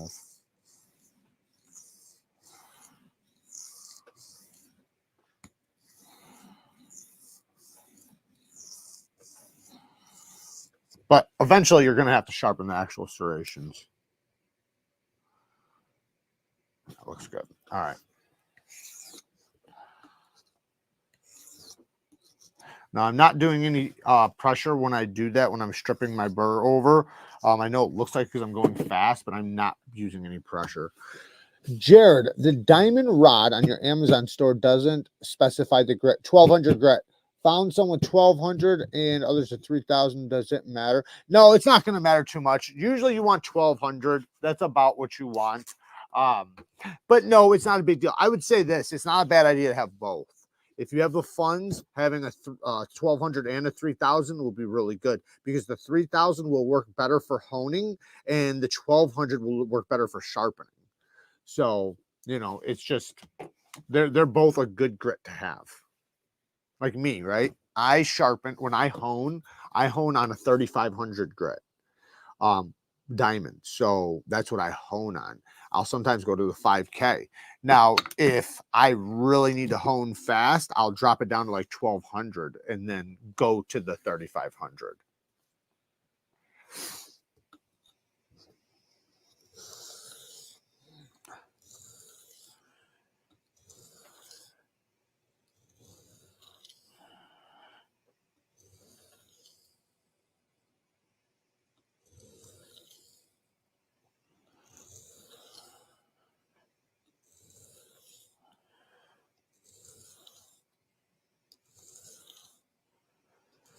Another thing that helps people to be more consistent is every time you lift up your knife and you set it back down, do 20 passes.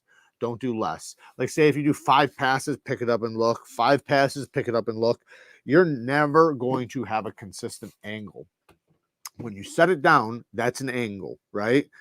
When you're locked in and you have that angle locked in, keep it going so you can apply that new angle, because what you don't notice is you might feel like your angle is exactly the same way it was, you know, before you looked at your edge, but it's slightly different. It's even if it's microscopic, like even if it's going from like 17.3 degrees to 17.5 degrees, it's still changing. So what you can do is you can reassure that you are going to whatever that angle you just set down and are doing, you can apply it efficiently or effectively, you know, and then when you pick it up and look at it again, it doesn't look worse, because that's one problem. That's one reason why some people start sharpening and then they look at their edge and like, it looks worse. Like it literally didn't even do what I wanted. It did the opposite. Well, that's because you only put like 5 passes on there. doing like 5 passes, it never had a chance to put that angle on the bevel. So now you have a 30 or say a 20, sorry, a 17-degree angle going on an 18-degree angle or whatever.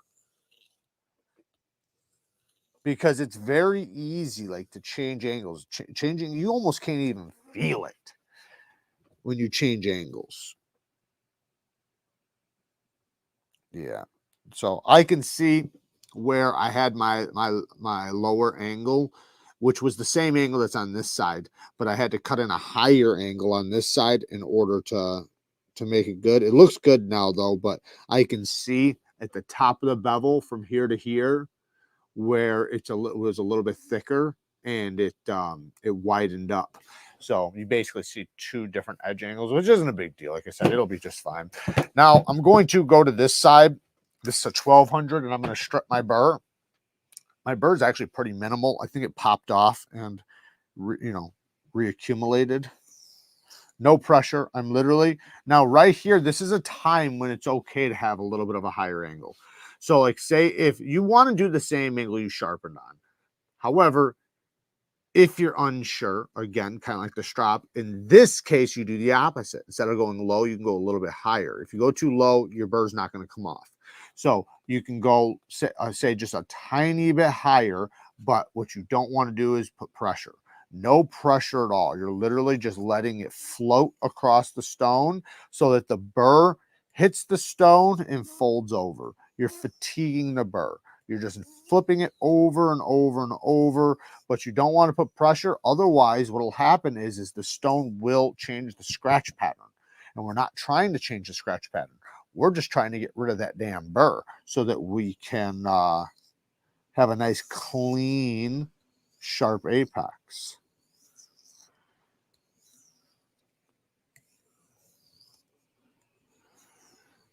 Then you might want to do a couple forward passes. Very gentle. Very gentle forward passes.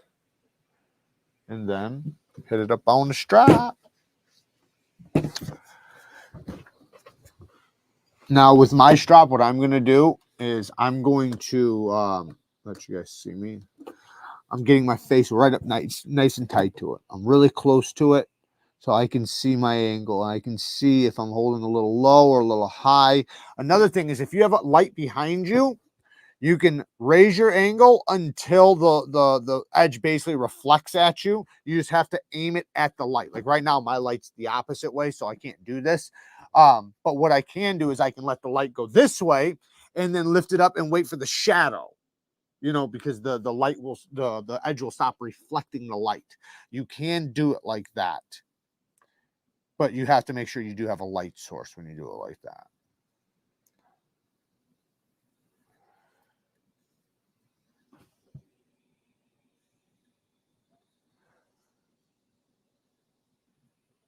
Of course, it's always going to be more difficult to pull than push because you can't see the angle as good. So you do have to kind of guess it a little bit. But just kind of go with what you really think. Like if you think you're holding the angle, you probably, or if you think you have the right angle, you probably do. I need to go a little bit more. I changed to a little bit of a coarser strop. Not much. I think it's 4 micron. And then this one's 1 micron. Or maybe this one's 1/4 micron. There we go.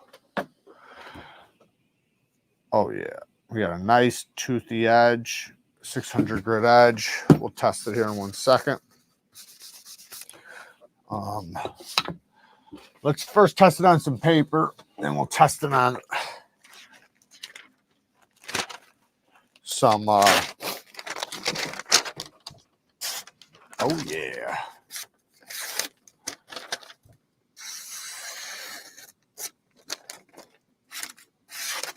Checking that tip. Tip feels good. Let's check the whole edge. Yeah, it feels really good. Yes.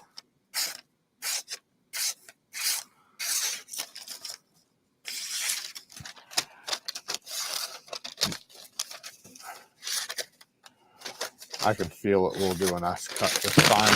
I'm hitting the other part that cuts though. All right, and then let's do a paper towel test.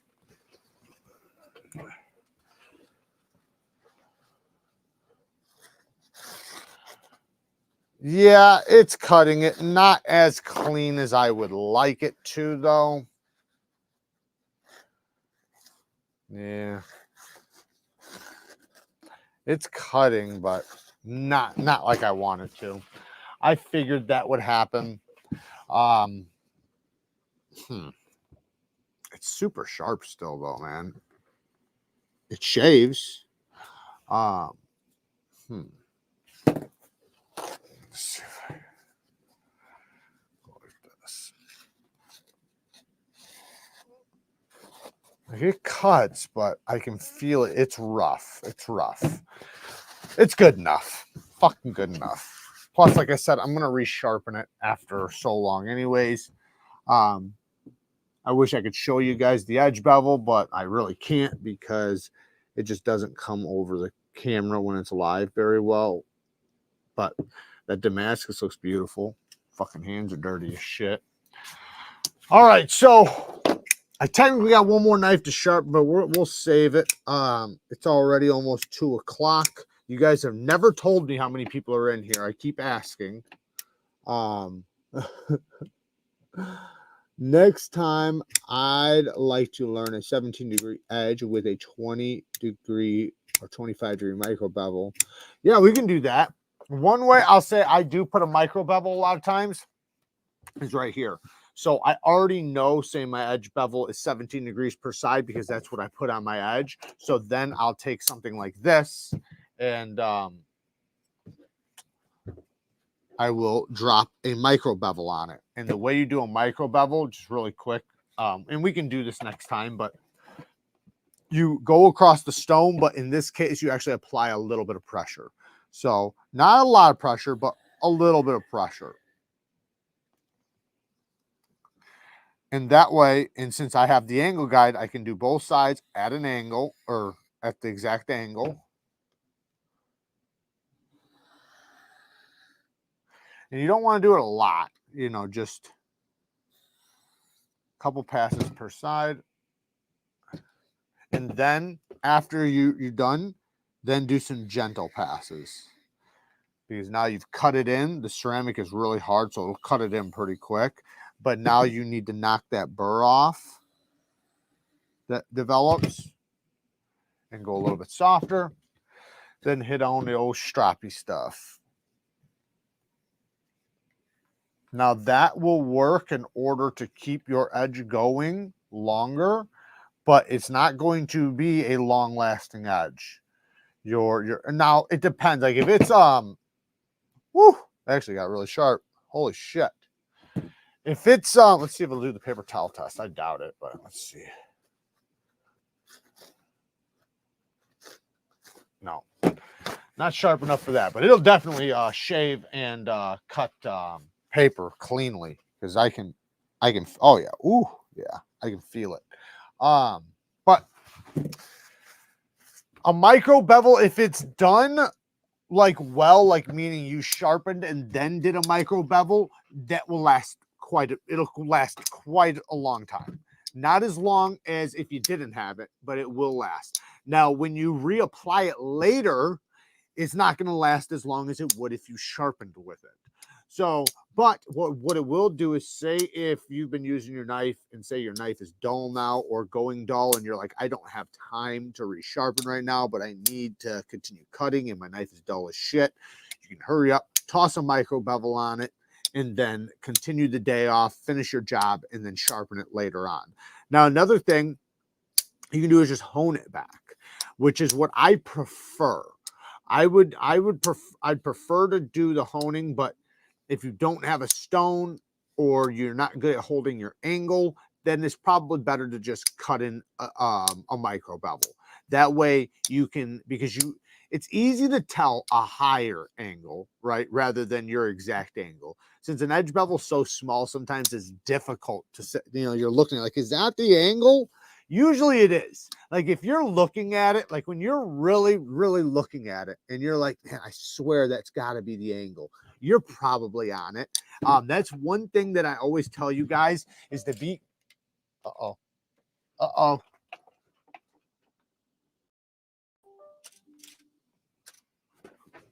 Sorry, guys, I don't know what the hell happened. But I always tell you guys, I try to tell you guys to be confident. And I know that's easy to say when you are confident, right?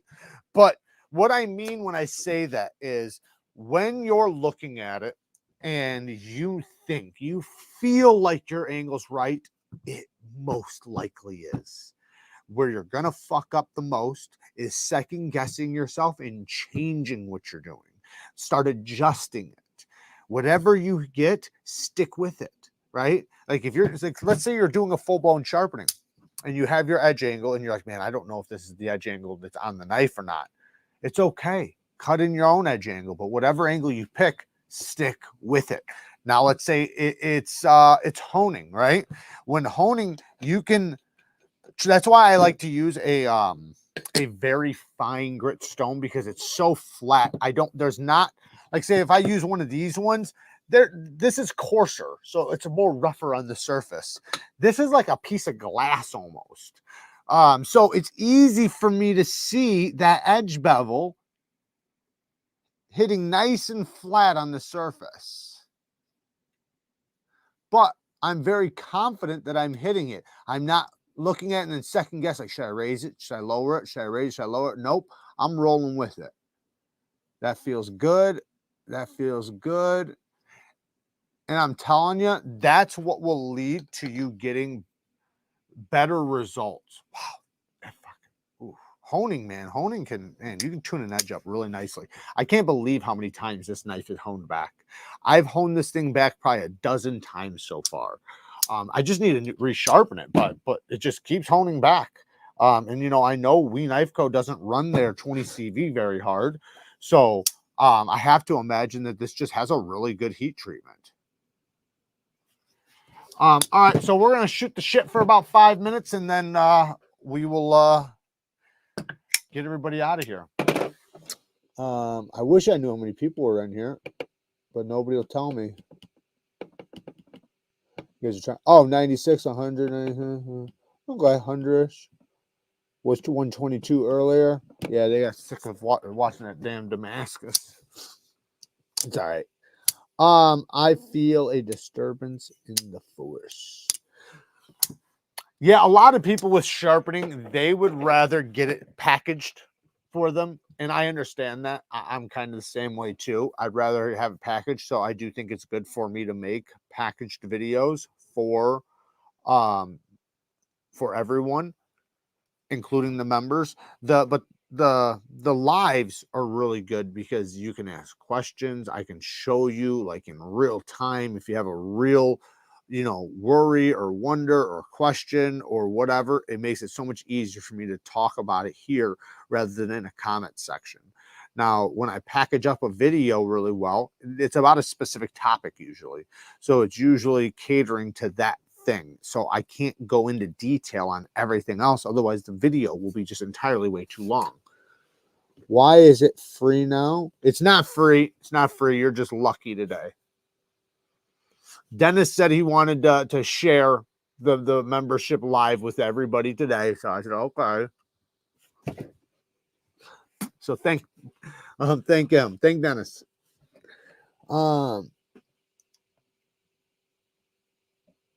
Neve, try the ruby stones. I have them. I have ruby stones. I like them. I don't mind them. I think they're really good. So for people that don't know, there's actually they're pinkish stones, and they actually use rubies in them. And kind of like a diamond stone. It's actually very similar to a resin bonded diamond, but they're very affordable. Very, very affordable.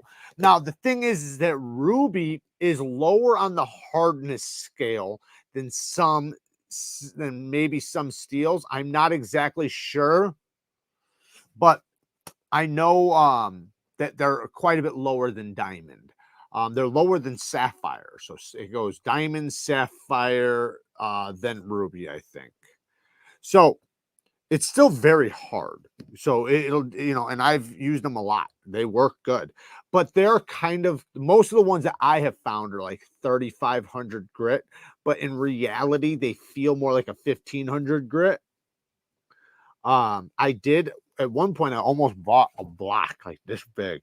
Someone online was selling it for like 50 bucks. And I went to buy it and put it in my thing, put it in my cart, bought it. Then they came back like 2 days later and said it sold or something like that. And it was a mistake or some shit. So I got fucked over.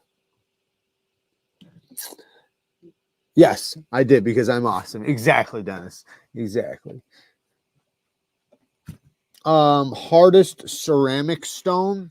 Well, ceramic's just ceramic. They're gonna be just a grit. They're all the same hardness, as long as you're not talking about like say Shapton glass, right? This is like a bonded ceramic. It's some sort of bond. So it's not like, they feel very similar, but this comes in a lot of different grits. These, like the ceramic ultra fines, the honing rods, they're all right around 1,200 grit. Some of them go, or sorry, they go up to like 2,500 grit. That's what I would say. They're like 2,500 grit. Some of them say 1,200 grit, but they're usually 2,500. They can range anywhere between 2,500 and 5K grit, so they will polish an edge. Now, yes, there are coarser ceramics, like Spyderco has a ceramic medium, which is like 1,200 grit, maybe 1,500 grit.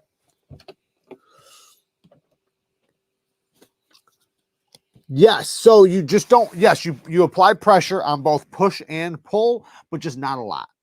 Now, when you're deburring or flipping a burr, you use no pressure. There's no pressure when you do that, and that's very important to your sharpening process. You will fumble the bag if you apply pressure doing that. So make sure you don't apply pressure doing that. And then when you're putting pressure, think about, when you want to think about how much pressure, one thing I'll say is, if you can apply 5 pounds of pressure and hold your angle, that's fine. If you can apply 10 pounds of pressure and still hold your angle, you're good. If you can apply 50 pounds of pressure and still hold your angle, you're probably still fine. The problem is usually when you get over 5-10 pounds, you can't maintain the angle. That's the problem. So what will happen is you're applying so much pressure that what will happen is your hand will start fatiguing. You're going to start dropping your angle. So you want whatever amount of pressure you can maintain for a long period of time. And remember, like, if you say start with so much pressure off the bat, and then over time you start using less and less pressure, you might be lower or raising your angle, you know, because now you're not applying as much pressure. Because when you apply pressure, it's very difficult to not kind of lower the angle back a little bit, right? Because you're applying so much pressure. So apply you know, like a little bit of pressure, but make sure you can maintain the angle over the entire sharpening. You know, and if you do have to lessen up a little bit as you move through the stones, that's fine. But the first stone, you're trying to cut in a new bevel anyways. You definitely want, that's the most important time when you want pressure, is your first stone. Your first stone, because you're reprofiling, you're cutting in a bevel. So that's going to be the most important time to add pressure. Lauren, it's been a member for 13 months. Thank you for all the support, brother. Thanks for the answers and for teaching us so well. Thank you guys for being here. I appreciate it. German sharpening supplier and YouTube said CBNs are harder than diamond. It doesn't even make sense. They're the same fucking thing. It's just a synthetic diamond.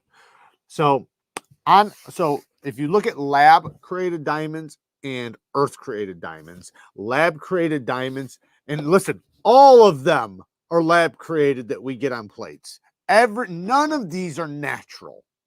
They're all done in a lab. But let's say if you have a natural stone and a lab created one, they're going to be the same hardness. The difference is they're going to be like, they're going to be literally identical in every single way except for one.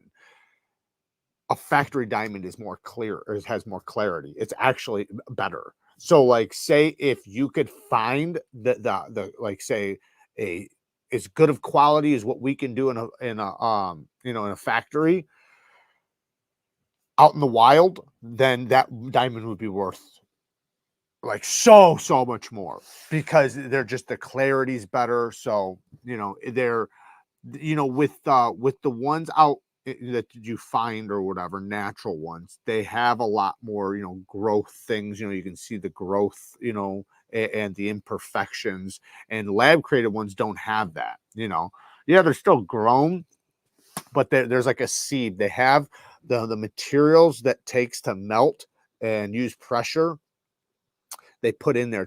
It's called they call it a seed, and they, you know, however big they want the diamond is how big they put the seed. Then they put it in this machine. It applies extreme heat and extreme pressure, and out pops a diamond. But it has all the chemical makeup of what a diamond needs in order to be formed.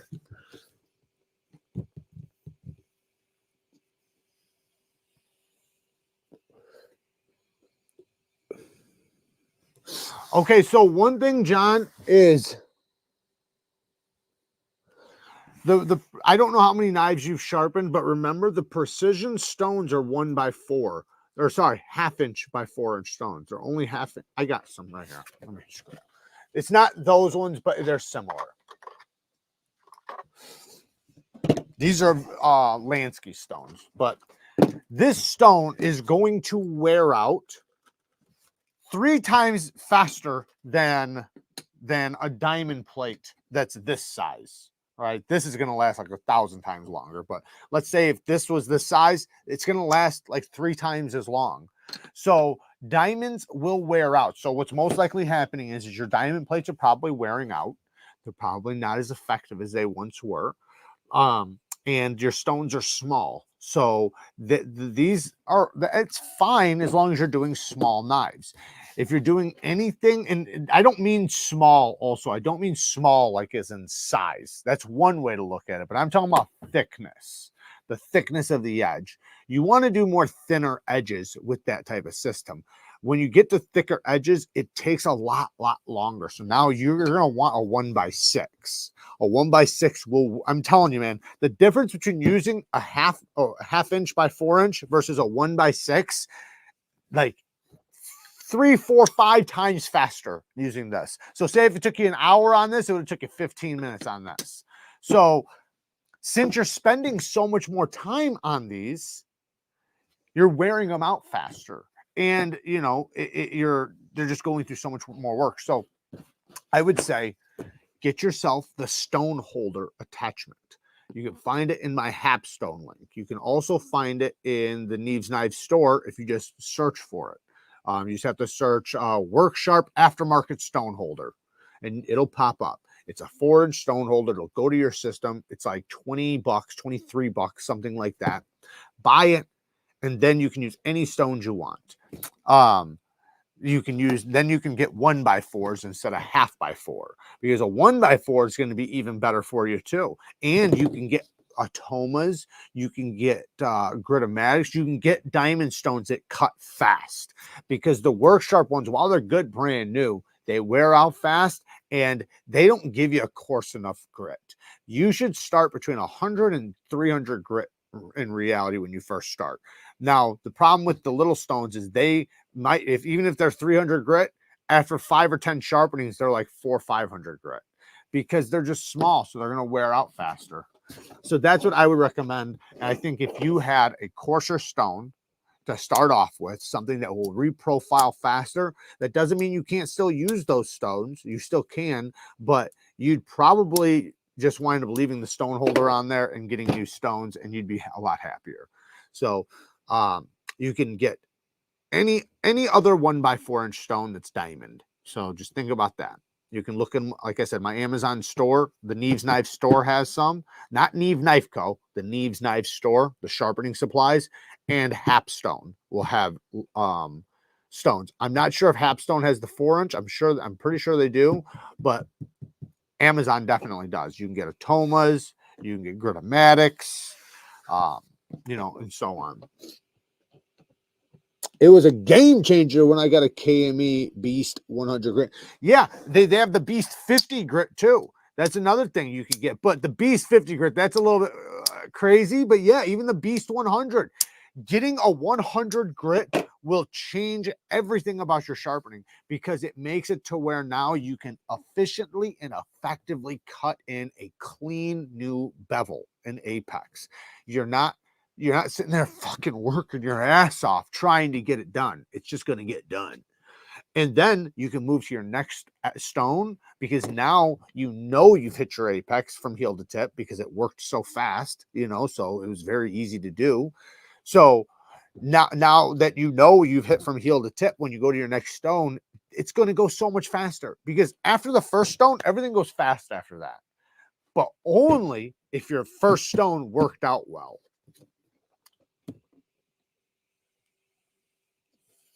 What's up, Maurice? Shout out to Maurice in the house.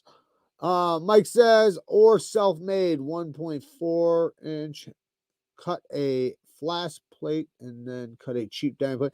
Hey, I was also trying to ask you guys, what is that film called that I can't think of the name of it. What the hell is that film called that comes with a sticky side and people put them on ceramics?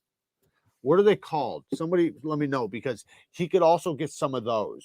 Those would help. They're not going to reprofile like a Beast 100 or like an Atoma 140, but it might help them out, you know, as far as getting like lapping films. Thank you, Derek. Yes, lapping films. Get some lapping films. You can find them on Amazon, on the Neeves Knives store. They sell them in packs. I still have a fucking pack of them. I mean, I should just give them to you.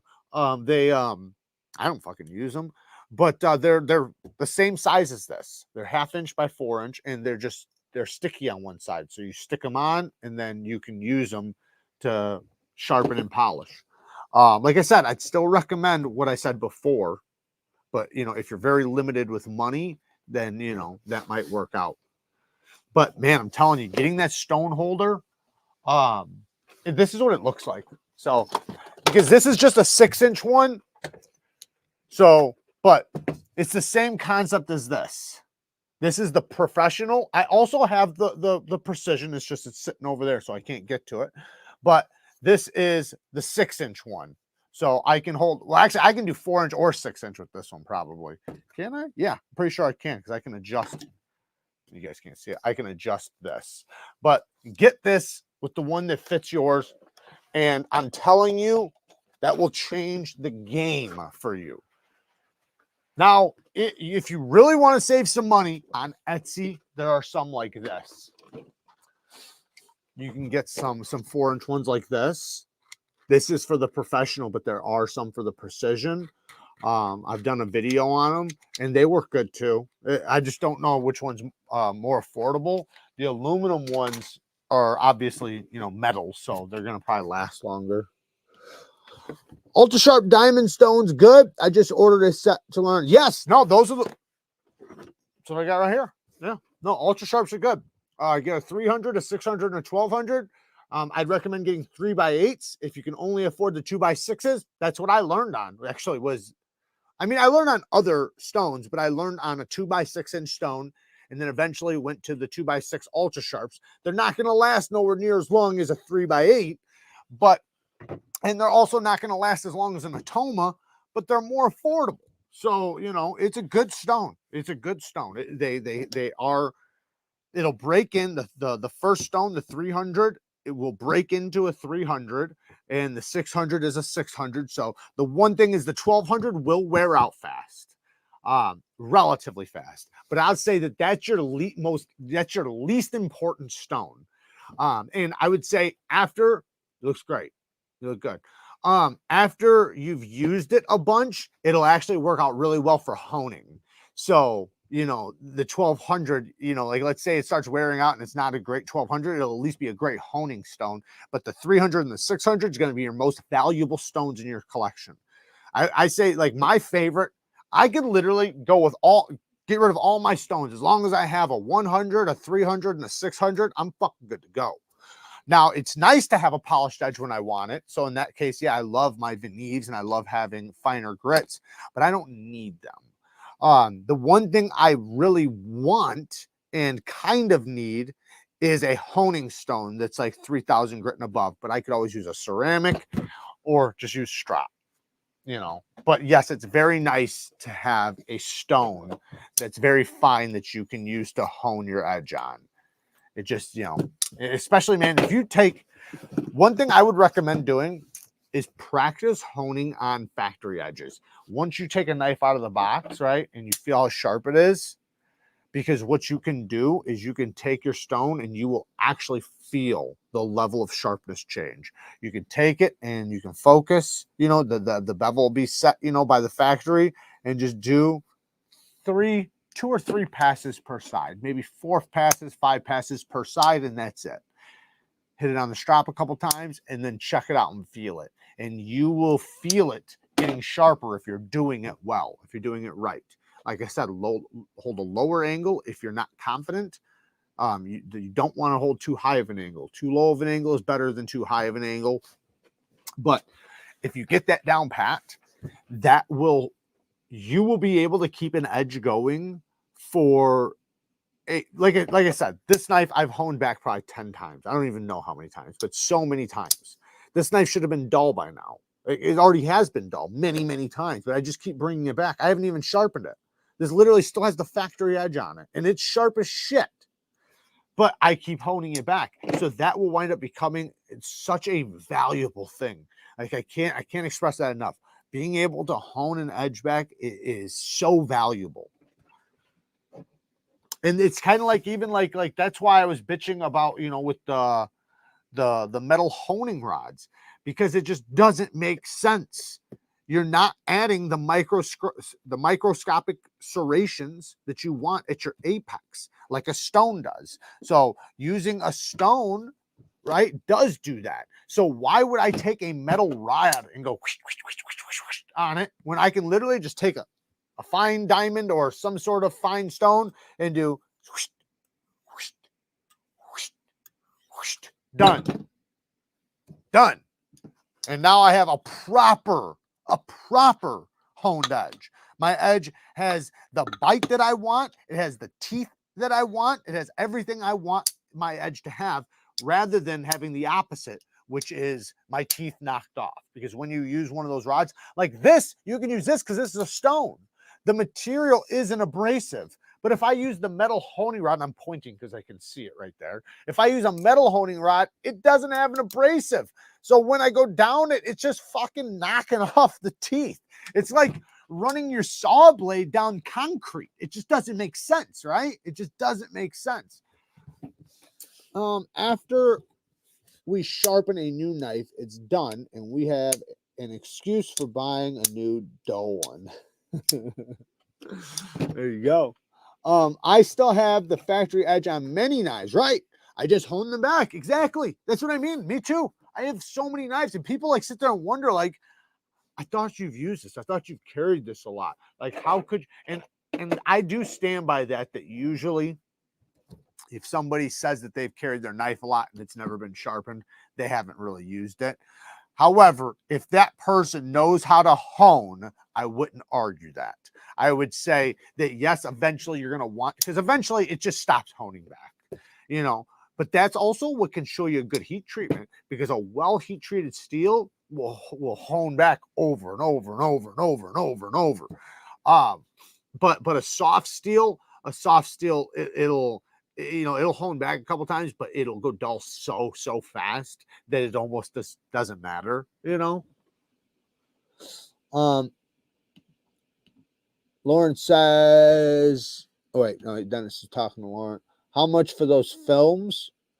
I don't know how much they are. You were talking about the ones I have? I'd have to find them. Let's see if they're right here. I have them somewhere around here. I'd have to look for them. I don't think I've given them away already. I got so many fucking stones, man. So many damn stones. Like, look at this. I don't even use my 4-inch stones anymore. Look at this. I got a 50 grit. This is the beast right here. 50 grit. This fucker will cut. I got greater dogs. These are VOSTEED. I got every size of VOSTEED you can get. I have like 6 packs of these. These TS Profs. These things suck. I mean, they work. They're good. they're good. They work good, but they don't last. They wear out fast. Like, look at this. I can probably reach over here and grab another pack. Where the hell are they? Also, I have tons. Look at all these straps. So many damn straps. I got way more than that too. Where the hell are these other packs? I can see 2 right here, but I have like 10, like 5 or 6 packs of this. It must be under something. Anyways, I don't know exactly where they're at. Otherwise, I'd just give them to you. I'd have to really look for them. Whatever you do, don't get these, though. These are the ones you want to stay away from. These are absolute dog shit. They don't even raise up above the surface. Just stay away from these. These things are absolute garbage. And you can tell they're garbage because they have plastic. Plastic. Anytime you see the plastic backing, if it's not metal, don't get it. You want to make sure they're metal. Oh, here's a ruby. Here's one ruby. You guys can see.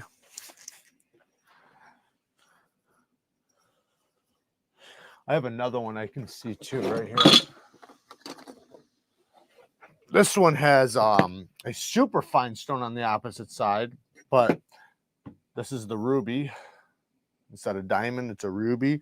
Like I said, they work good. They're just I wish I could get one in a freehand stone like I tried to that one. Yeah, I can feel. Yeah, this is like 1500 grit.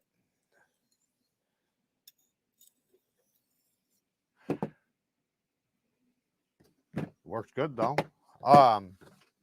Anyways, let me put this back. Fucking stone drawers are getting heavy. I use this cheap one, cut them to 4-inch and stick them on a glass plate. Yeah, I mean, if you can improvise and do that stuff, yeah, go ahead. I mean, I've done lots of stuff like that myself. But you know, if you really want to save money though, you can get these like little plates. These are from what the fuck was that thing called? I literally just did a video on it. Damn it. That company where these things are like 12 bucks. I can't think of the name of them now. But they're just little thin diamond plates. It's a 200, a 400, and a 1000. They're not going to last very long. But what the hell was that site called? It's a cheap Chinese site that sells like really cheap shit. I hate to promote it very much. They actually, I probably shouldn't even talk about this, but you know, when they reached out to me to do that video,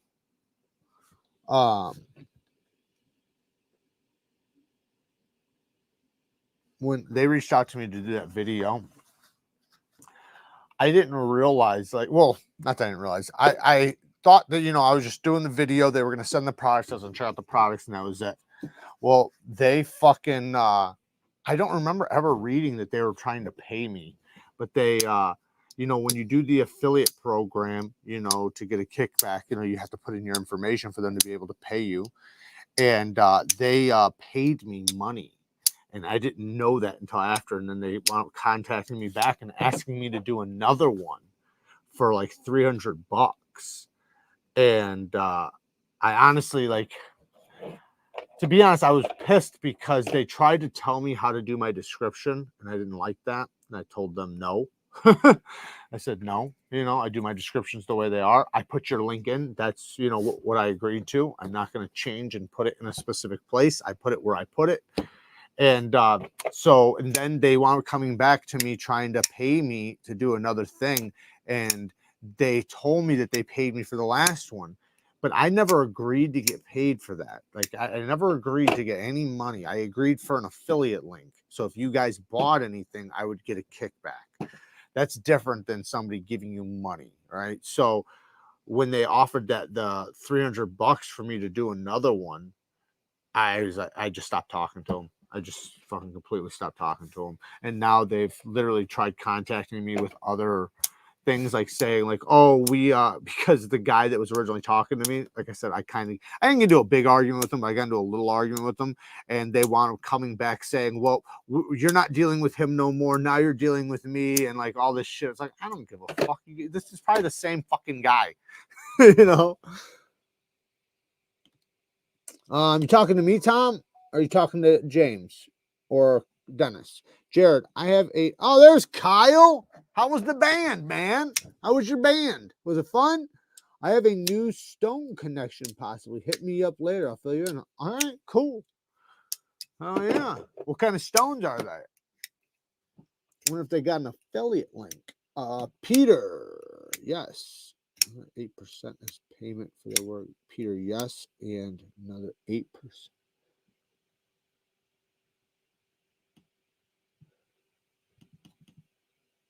Do you guys have the 20% import tax? Yeah, Temu. That's what it was. Yes, thank you. Temu. That's exactly what I'm talking about.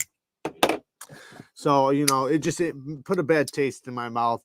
And, you know, I didn't mind checking out the products, you know, because I know some people, especially right now, you know, with the prices of things, some people they can't afford buying a $60 diamond plate. You know, it's better for them to spend $12. So I said, yeah, send me some stuff. But you know, like some of the stuff they sent was actually really good. Like that angle grinder and stuff was good, but that's a little bit more money. It's not as cheap as some of their stuff. And you can kind of see some things are super, super cheap, and obviously they're going to be cheap quality. And there's stuff you spend a little bit more money on, but it's going to be cheaper than if you buy it at the store, but it's the same quality.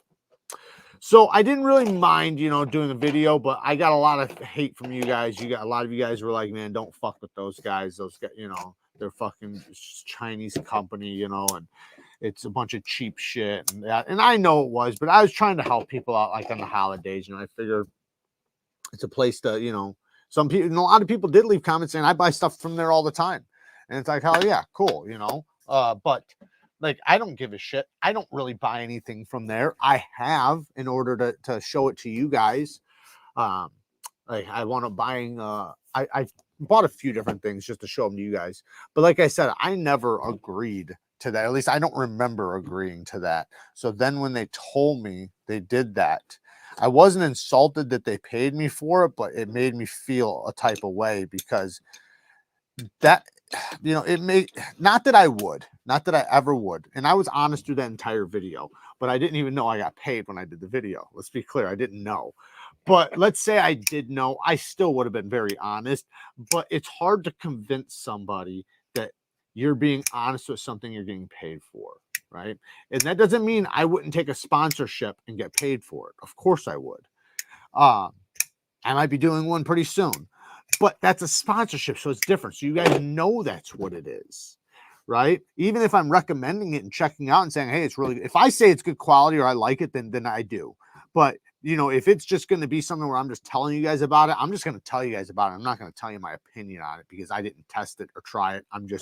They're paying me to tell you guys about it. That's a sponsor. That's different than an affiliate, right? To me, an affiliate is I'm getting the product, I'm testing it, I'm trying it, and I'm giving you guys my honest feedback. And if you guys want it, if you guys want to buy it, I'll get a little kickback if you do. If not, no big deal. But you know, it winds up working out. I get a little content, you know, if somebody buys it, I get a little tiny kickback, and it works out and it benefits the channel. But if I'm getting paid from the company, if the company's outright paying me, that's just a conflict of interest if I'm reviewing. I can't do that for anything I review. You know, it takes away my ability to be honest. And not that I wouldn't, because I would be. I just mean the perception. Because I'm going to be honest no matter what. Like, even if I fucking sponsor something and I think it's shit, I'll tell you it's fucking shit. Because you guys would know. Like, it just, to me, it doesn't even make sense that why anybody would think that they could recommend something that's shit, and then when somebody buys it, they're not going to know.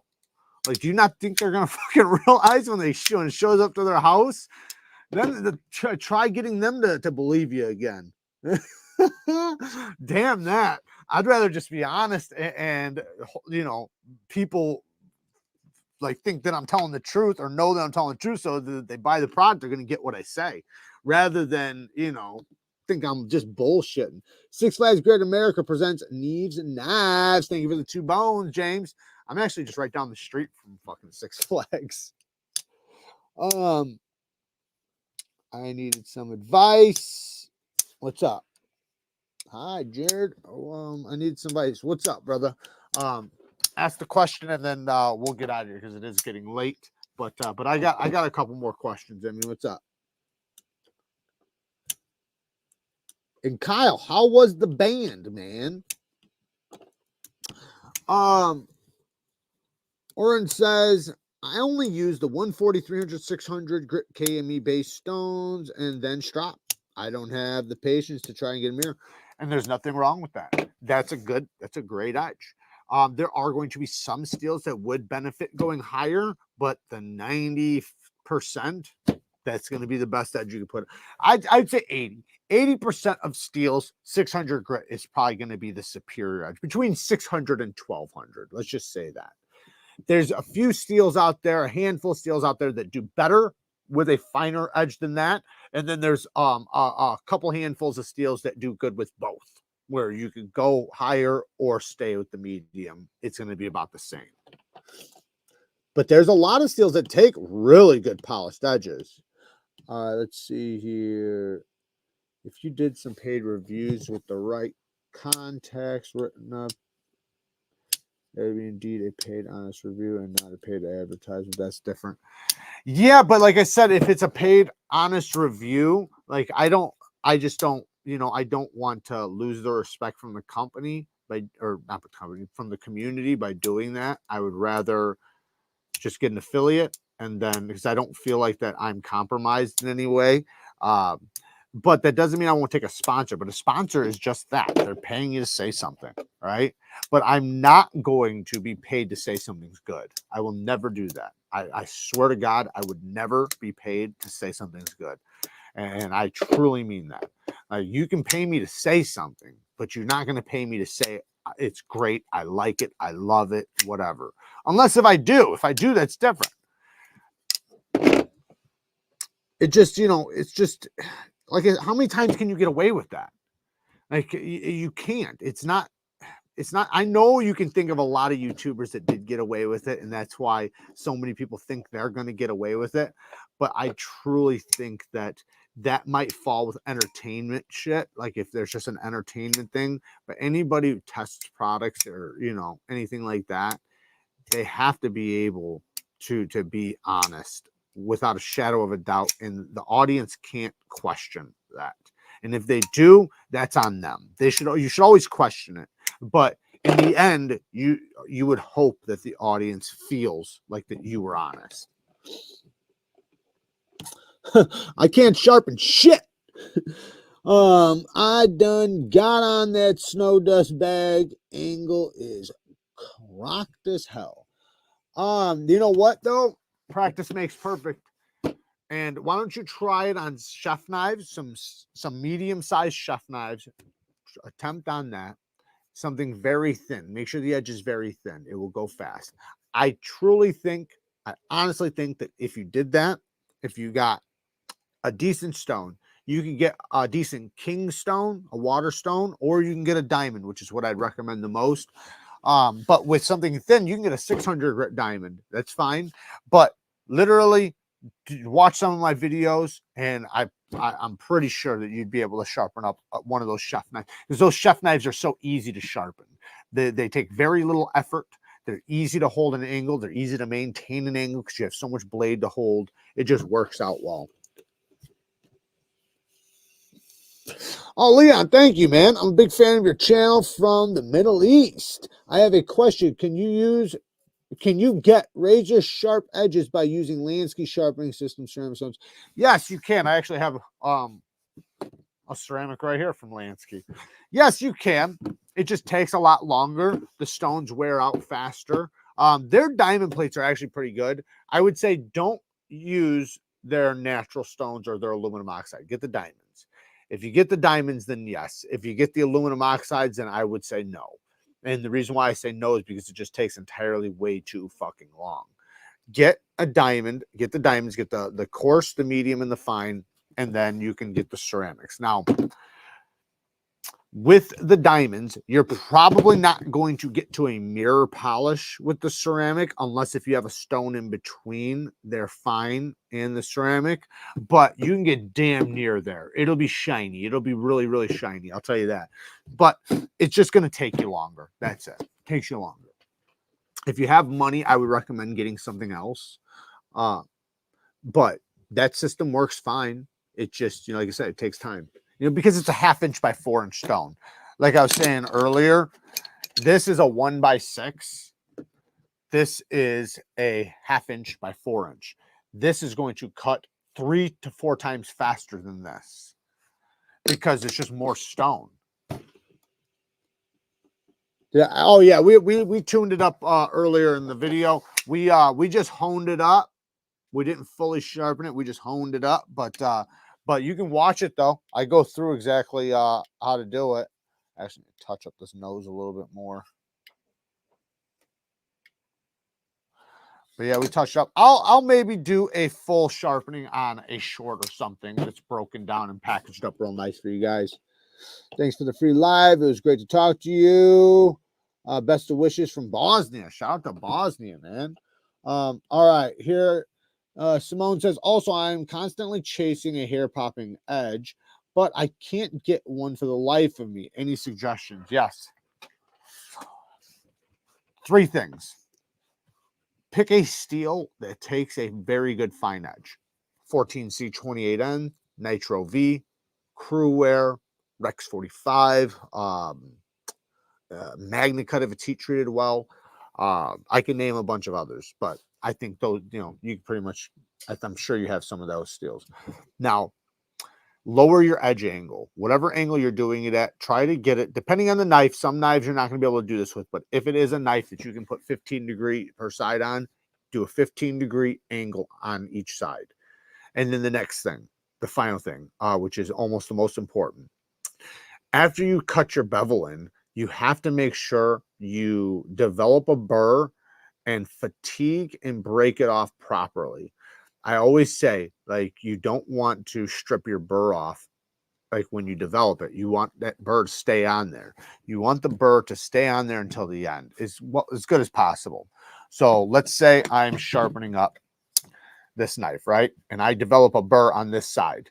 When I flip it over, I'm going to do an edge trailing pass in order to flip the burr back over to the other side. And then I'm going to work on this side, but the burr is still attached to the edge. It just flipped over, right? And then after I'm done with this side, when I go to my next stone, I'm going to flip the burr again.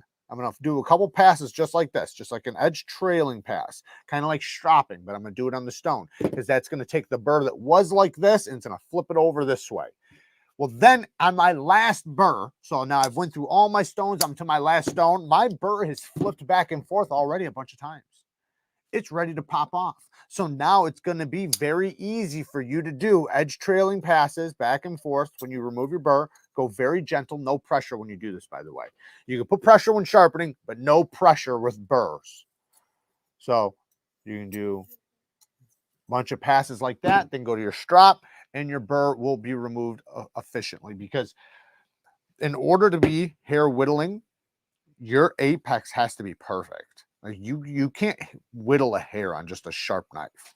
It has to have the perfect clean apex. The apex can't have any burr attached. And when you did do the burr removal, it has to be a perfect apex. Yeah, almost done. All right, guys, I'm going to take off. I love you guys. Thank you guys for all the support. Thank you guys for all the donations tonight. I do appreciate all the members that were gifted tonight. I greatly appreciate it. What? What did I say?